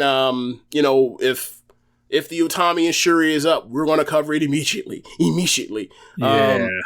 So yeah, but yeah, there's also, I was gonna say it's time to get through, but Rich wants to do this thing, so let's go. Let's hear it. So we run a little long, but we gonna go ahead and there was a Joshi Stan war against the Sasha Banks avatars this week, and it broke out on Twitter. Thank you to the JML for alerting me of this situation, or putting it on my timeline, or causing me to get filled in all the way. But I saw like some brutal digs to put it. I saw lightly. one that was shocking. Yes. One that I never like even thought about, but once I saw it, I could not unsee it. I saw one that was pretty funny. It was like what Sasha Banks fans see when they look at Sasha Banks, and then was a picture of Sasha Banks and then Manami Toyota, like right there. So if you guys are not familiar with the Or game, in the past we've done this for someone like Hikaru Shida. In comparison to the WWE roster. So we basically go Carl Shido and then we go through the list, and it's not really like it can turn into a long discussion, but usually it's designed to make you think quick, kind of. Yeah. So I've got the cage match ratings up. Well, let's do this. We're talking about in terms of in-ring. You tell me, are we doing this in terms of in-ring only? Yeah, of course. Okay, well, look, because I don't want people. Look, gotta qualify it for people, because I don't want to hear nobody come out here acting crazy at me. Okay, I'm just want to get this out here. It's for in-ring performance only. Yeah, so I'm gonna skip like the bottom half of Stardom, like your Hannons, Ruakas, Lady C's, and I'm just gonna go up to Giant Saya. Oh, yeah, Sasha. Okay. Sasha Banks or Himeka? Sasha. Sasha Banks or Koguma? Sasha. Sasha as well. Sasha Banks or Sai Kamatani? Sasha. You hesitated on that one. Well, okay, so when I do this, I have to contextualize what sport we're in. Like, I personally believe that if Sasha were to come over here and be the top gaijin, like Tony Storm or Viper or B Priestley, she would absolutely thrive in Joshi wrestling, and in wrestling that level of opponent, like she would be reeling off 4 1/4. She basically be having like the best matches of her career, except like instead of like having 1 or 2 a year, she would have it every fucking month. So that's kind of that's why I'm kind of like at the contextualize. It's like when a couple years ago we were doing like Seth Rollins versus New Japan, right? We'd be like, look, man, if he was in New Japan at the time, he'd be at the top of the card. He'd be one of the best wrestlers in there. He's just in WWE doing restricted plate wrestling. Like, let's not get confused on match performance with in-ring, like, working ability and talent and production, given the context of what WWE actually is as a sports entertainment factory as opposed to a pro wrestling promotion. So, that's why I had to think about it, because, like, it's about to get tough now. It's really about to get tough. Because, like, yeah, because 6 months ago, like, we would have been like, it would have been no hesitation with Sasha quickly, but Kamatani's been put in a lot of that. She's been thrown into the fire, and she has stepped into every challenge. Okay, Sasha Banks or Micah? That's another one. Not hesitate, but yeah, it's got to be Sasha. Sasha Banks or Julia? Fuck. In a vacuum, Sasha Banks is better than Julia. She's a better technical worker. But Julia has a want to and a crazy factor that Sasha cannot match, even for all the crazy things she's done in WWE to get her matches over. Like, Julia is one of the people that I think is willing to die in the ring to have a great match against the right opponent at the right time in the right venue. I feel like Julia is a Wrestler of the Year contender for in-ring performance this year. Like Julia will if she'll get concussed for this shit if she has literally to. No, not if she has to. Literally, she got concussed last year against Homeka in the Grand Prix. And I don't know if that's necessarily a good thing, but but it's a level of just like, okay, let's put it this way, right? It's a level of don't give a damn. Okay, so Sasha has, to show you the difference, and like I've said this to you before, Rich, and now it's even more. It's even more like the gap between Stardom in women's wrestling in WWE is much larger than the gap between New Japan and WWE. Mm-hmm. So, like, for example, Sasha on a cage match has 36 career matches that are rated 7 or higher. Julia, let me look. This year alone, she's probably somewhere like around that number herself. So yeah, let's see. I'm sorry, she's at 22. 22 in 1 year, or sorry, 22 in 8 months compared to 36 in basically 7 years. Like that's the level of difference in Stardom bell to bell. We're not talking about. I'm gonna take Julia. I'll take Sasha. I think Sasha. Shout out to Zach. I think I'll take Sasha, but it's about to get tough. It's about to get real tough. It's about to get real tough. All right, you ready? Yeah. Sasha Banks or Utami Hayashishita? Oh shit, Utami. Utami, no question. Yeah, it's Utami. Utami's been wrestling since the summer 2018. If we were to say like Utami's career, the 10 best matches between Sasha and Utami, I think Sasha might be able to fit 3 of them in. She might fit 3. She might get 3 if it's a versus a top 10 versus. I think she might pick up 3 books. Man, Sasha Banks or Natsupoi? Fuck. Okay, so Sasha can't outwork Natsupoi, right? We know this. No, she cannot. The only thing missing is at the top of the card stuff. That's the only. I'll give it to Sasha on this one. I'm not, because like the stuff I've seen for her, whichever she's been and put in that slot, like the 2 that I've seen, like that white. Think about it. We just raved about her match with Starlight Kid, right? A 20-year-old. The match with Tam was better. Yeah. That's only 2 singles. That's only 2 big. I'm sorry, and then also like you have the Hazuki Hall opener. Like, Natsupoi's fucking awesome. Like, I don't have the proof, but I see my eyes are doing what eyes do. So like I have to say Natsupoi. She's that fucking good. She's one of the best wrestlers in the world. Sasha Banks or Starlight Kid? Jesus fucking Christ. Which is where it all began, I think. Yeah. Starlight Kid's better than her. Starlight Kid is better than Sasha Banks. Starlight Kid is better than Sasha Banks, yeah. Sasha Banks or Azumi? Azumi's better than Sasha Banks. Azumi is also better than Sasha Banks. Sasha Banks. Because we went on a run of saying 3 pretty decisively. So this is what I'm gonna say. Just remind y'all, Sasha Banks is the best in-ring performer, the best female in-ring performer this country's America's ever produced. There's no slight to Sasha Banks. Sasha Banks, if she was in Stardom, she'd be at the top of Stardom, putting matches, having the best match of her career with these women, just the same way that Bea Priestley did, the same way that Toni Storm did, the same way that Viper did, the same way that, Tegan Knox, Kaylee Ray, all of them did. So this is no knock. This is just the level of wrestling is just totally fucking different. We got all these people are crazy. They're putting it in the best position all the time with better booking around them, all that. And it's a pro wrestling company, it's supposed to sports entertainment. So continue. It's about to get bad. It's about to get bad. This man's trying to throw all these qualifications in front of this. Okay. Unlike Montez Ford, I do not want the smoke. I don't want to deal. You mean you don't want your address being sent to you by pictures of your home? No, I do not. I would not like to be doxxed. I would not like to be doxxed. No. So continue. Please do. Fuck. Sasha Banks or Tam Nakano? Oh fuck, Tam. It's not even. Bro, okay.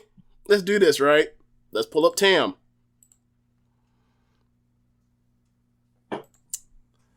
I was looking at Charlotte's career cage match guide. How long ago was it? I bet that's interesting. Oh, it was embarrassing for bro. All right, so let's go to 2020 for Tam. Let's just do that. Give her a full year. Actually, no, that's not actually a good point. Because she was on the back burner a lot of that year until the second half. And also, starting to miss 3-4 months of stuff. So let's just do this year. All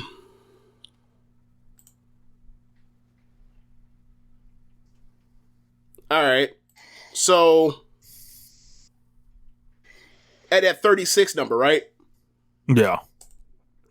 So Julia is surrounded by Maika, Himeka, Natsupoi, and Shuri. So we know for a fact Shuri and Natsupoi are better than Sasha Banks. And that's the faction they're in constantly. And Julia has 22-7 rated 7 matches on Cage Match compared to career 33 for Sasha. Tam is in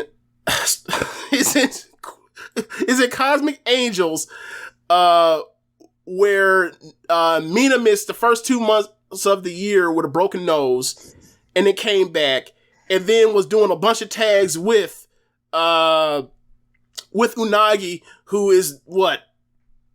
I don't know if she even has 150 matches yet, but she's starting in 2019, I think, or 2020, or early 2020, whatever else.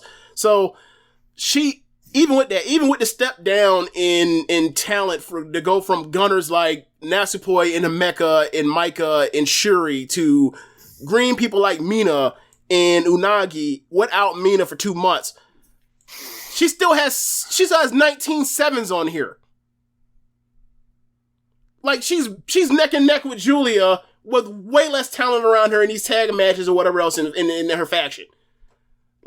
It's not even Tam is nah.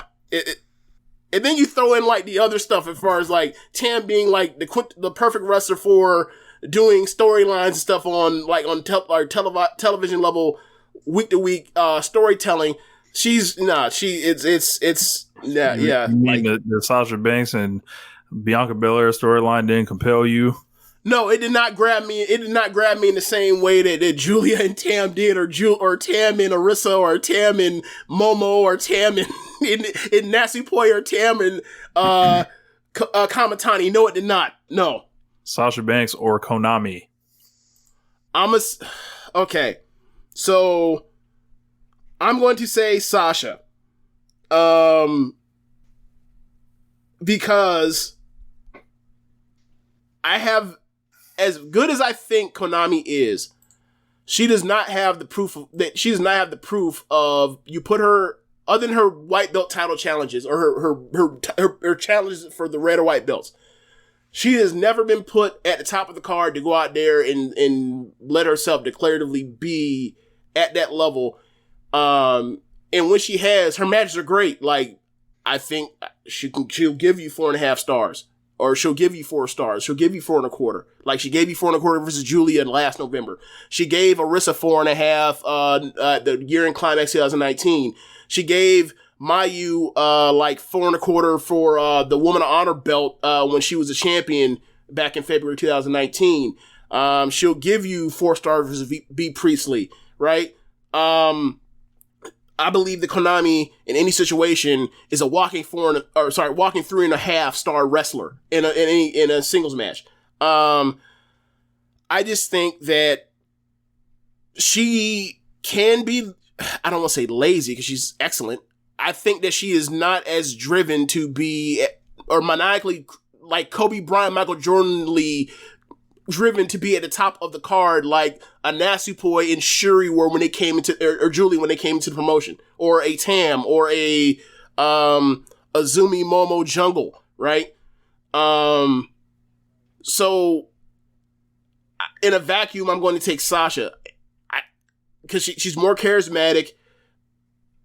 And I think she's willing to do more stuff in a match to get it over.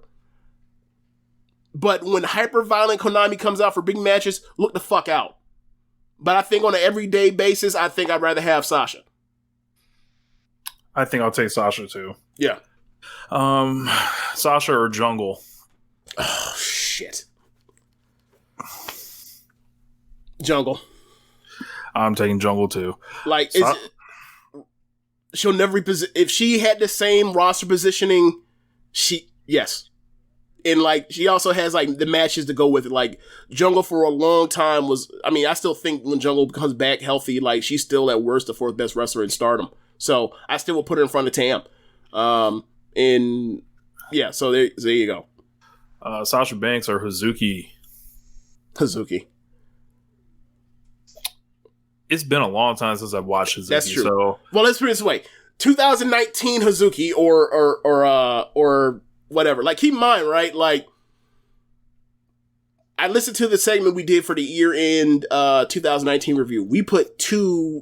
I put 3 Hazuki matches, singles matches, on my top 10 list.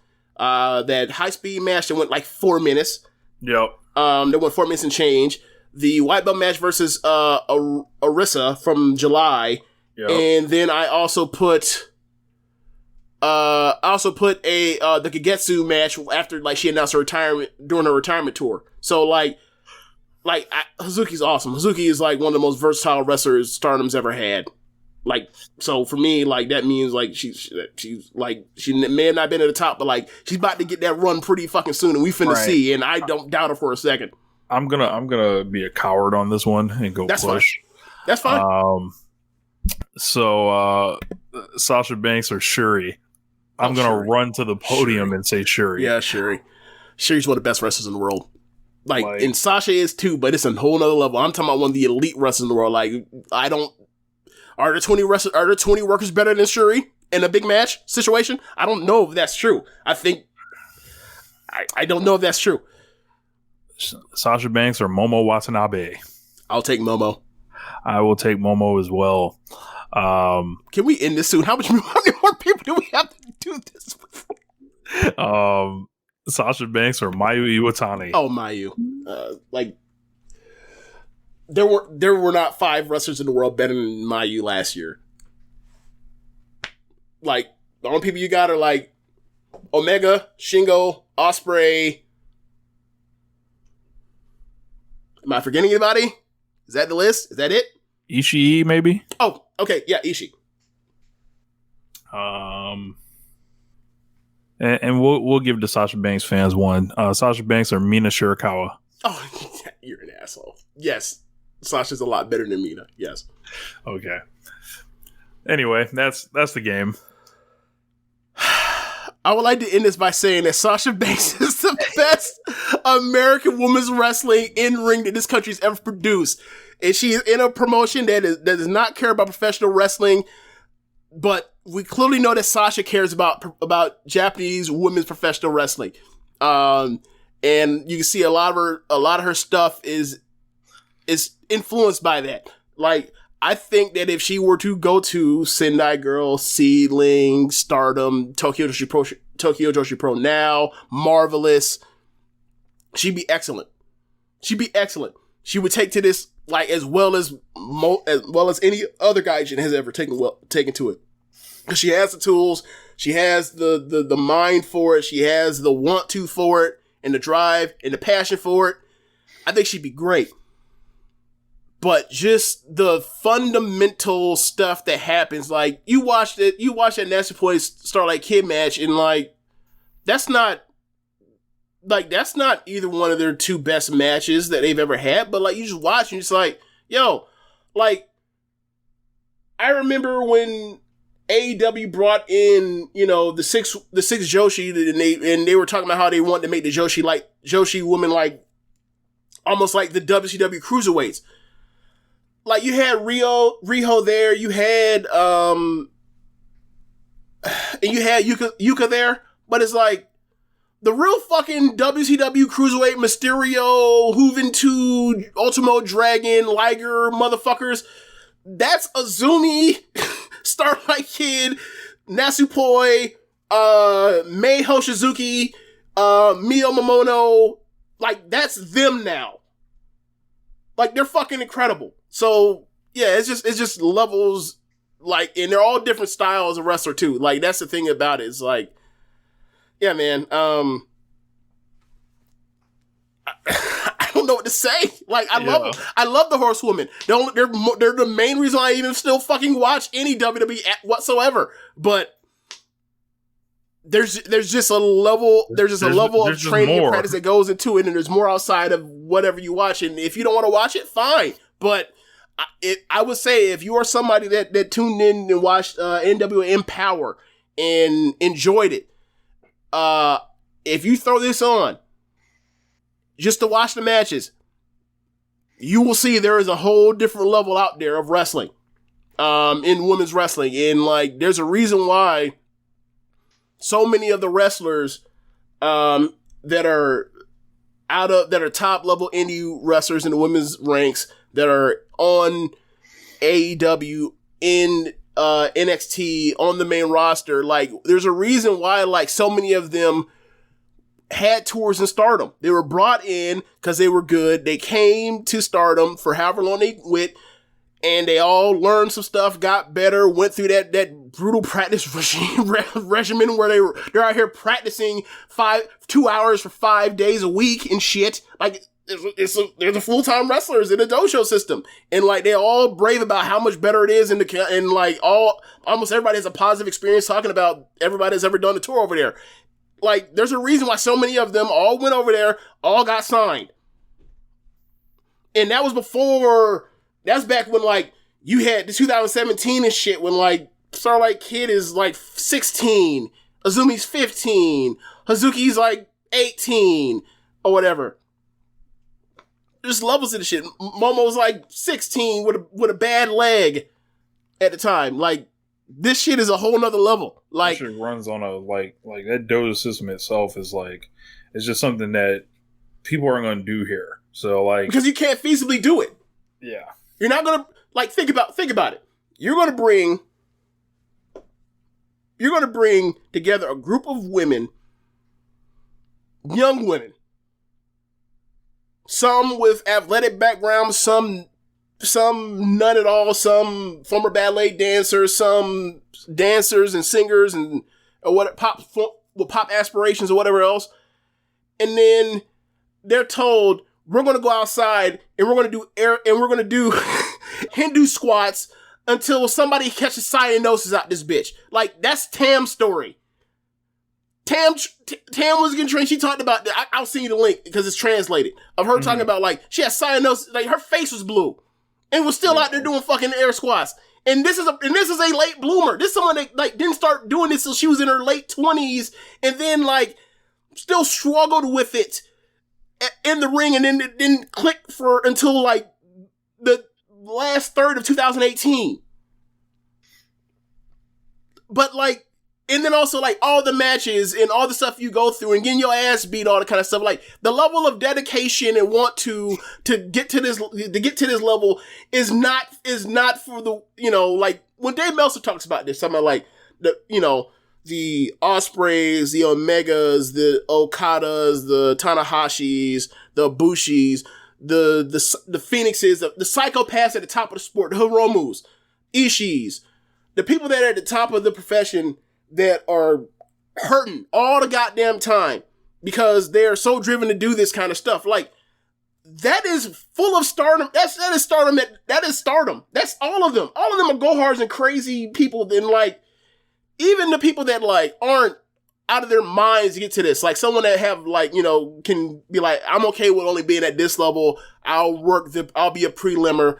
Or whatever else as an adult. That's fine. Like the Sakis or well, honestly should have been Natsuko or whatever else. Like, these people are still gonna have good matches when they want to, but they're just not driven to do the kind of shit they do. Like, for example, right? The night 1 and night 2 of the Grand Prix had 6 4-star matches. I would say 4 of those matches would be top 20 all-time WWE women's matches. Mm-hmm. Comfortably.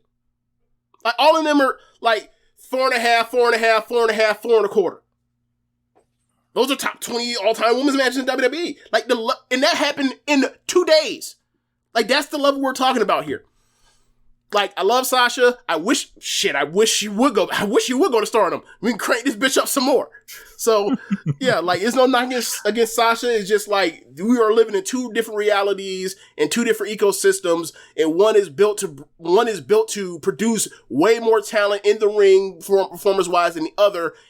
And that's, and for better or worse is what it is. I wish there was a American dojo systems, or maybe not something as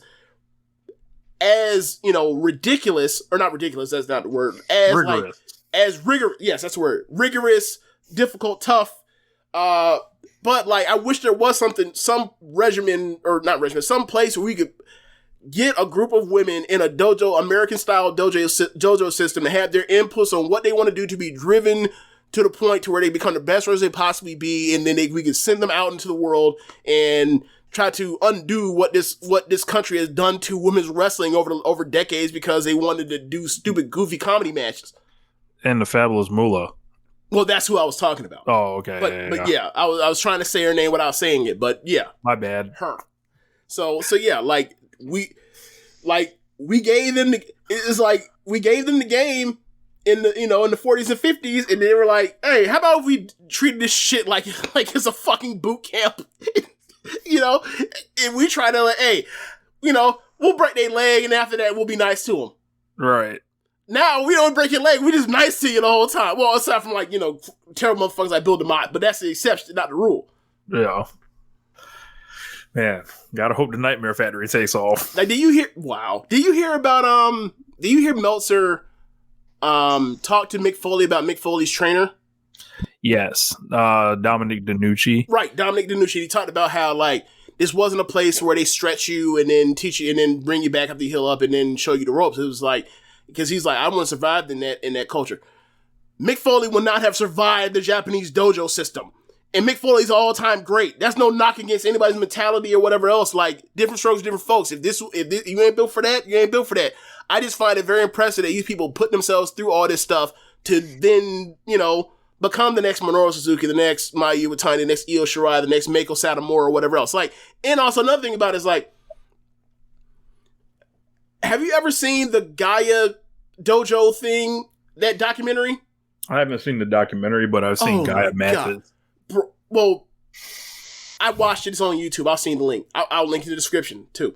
Bro, motherfuckers were running away in the middle of the night. Trying to escape?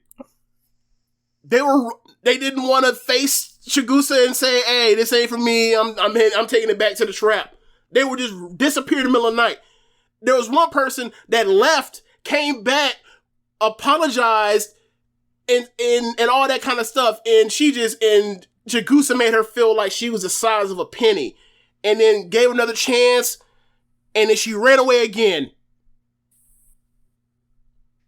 That was like that might have been like the late 90s, early 2000s, because like this was like young Mako, super young Mako. Like Mako was like a upper mid-carder, I think, at the time. Like they were showing her losing matches.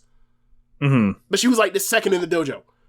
Like, so yeah, like it's gotten better, but it is still, and I don't necessarily say, cyanosis, like it's probably still abuse, but like that's the level it takes to get to that level. And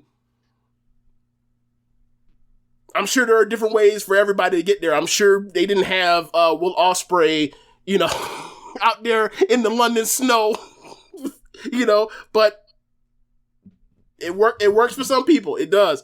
And so when people, it's funny when we laughed about the Kagetsu Bill Watts shit, but it's like, well, shit, maybe she was worse than Bill Watts. For all we fucking know. Yeah, so that's the end of the show. Be sure to rate whatever app you use and listen to this with. Also, go to Red Circle and drop us off with a donation. Also, check out ProWrestlingTees.com/Social Suplex. Pick up some official Social Suplex Network merchandise. Check out their shows on network besides One Nation Radio, Keepin It Strong Style, the Ricky and Clive Wrestling Show, Roman Wash's shit, The Grave Consequences, 8-Bit Suplex, All Things Elite, and Great Match Generator. Thanks for listening, y'all. Later. Peace.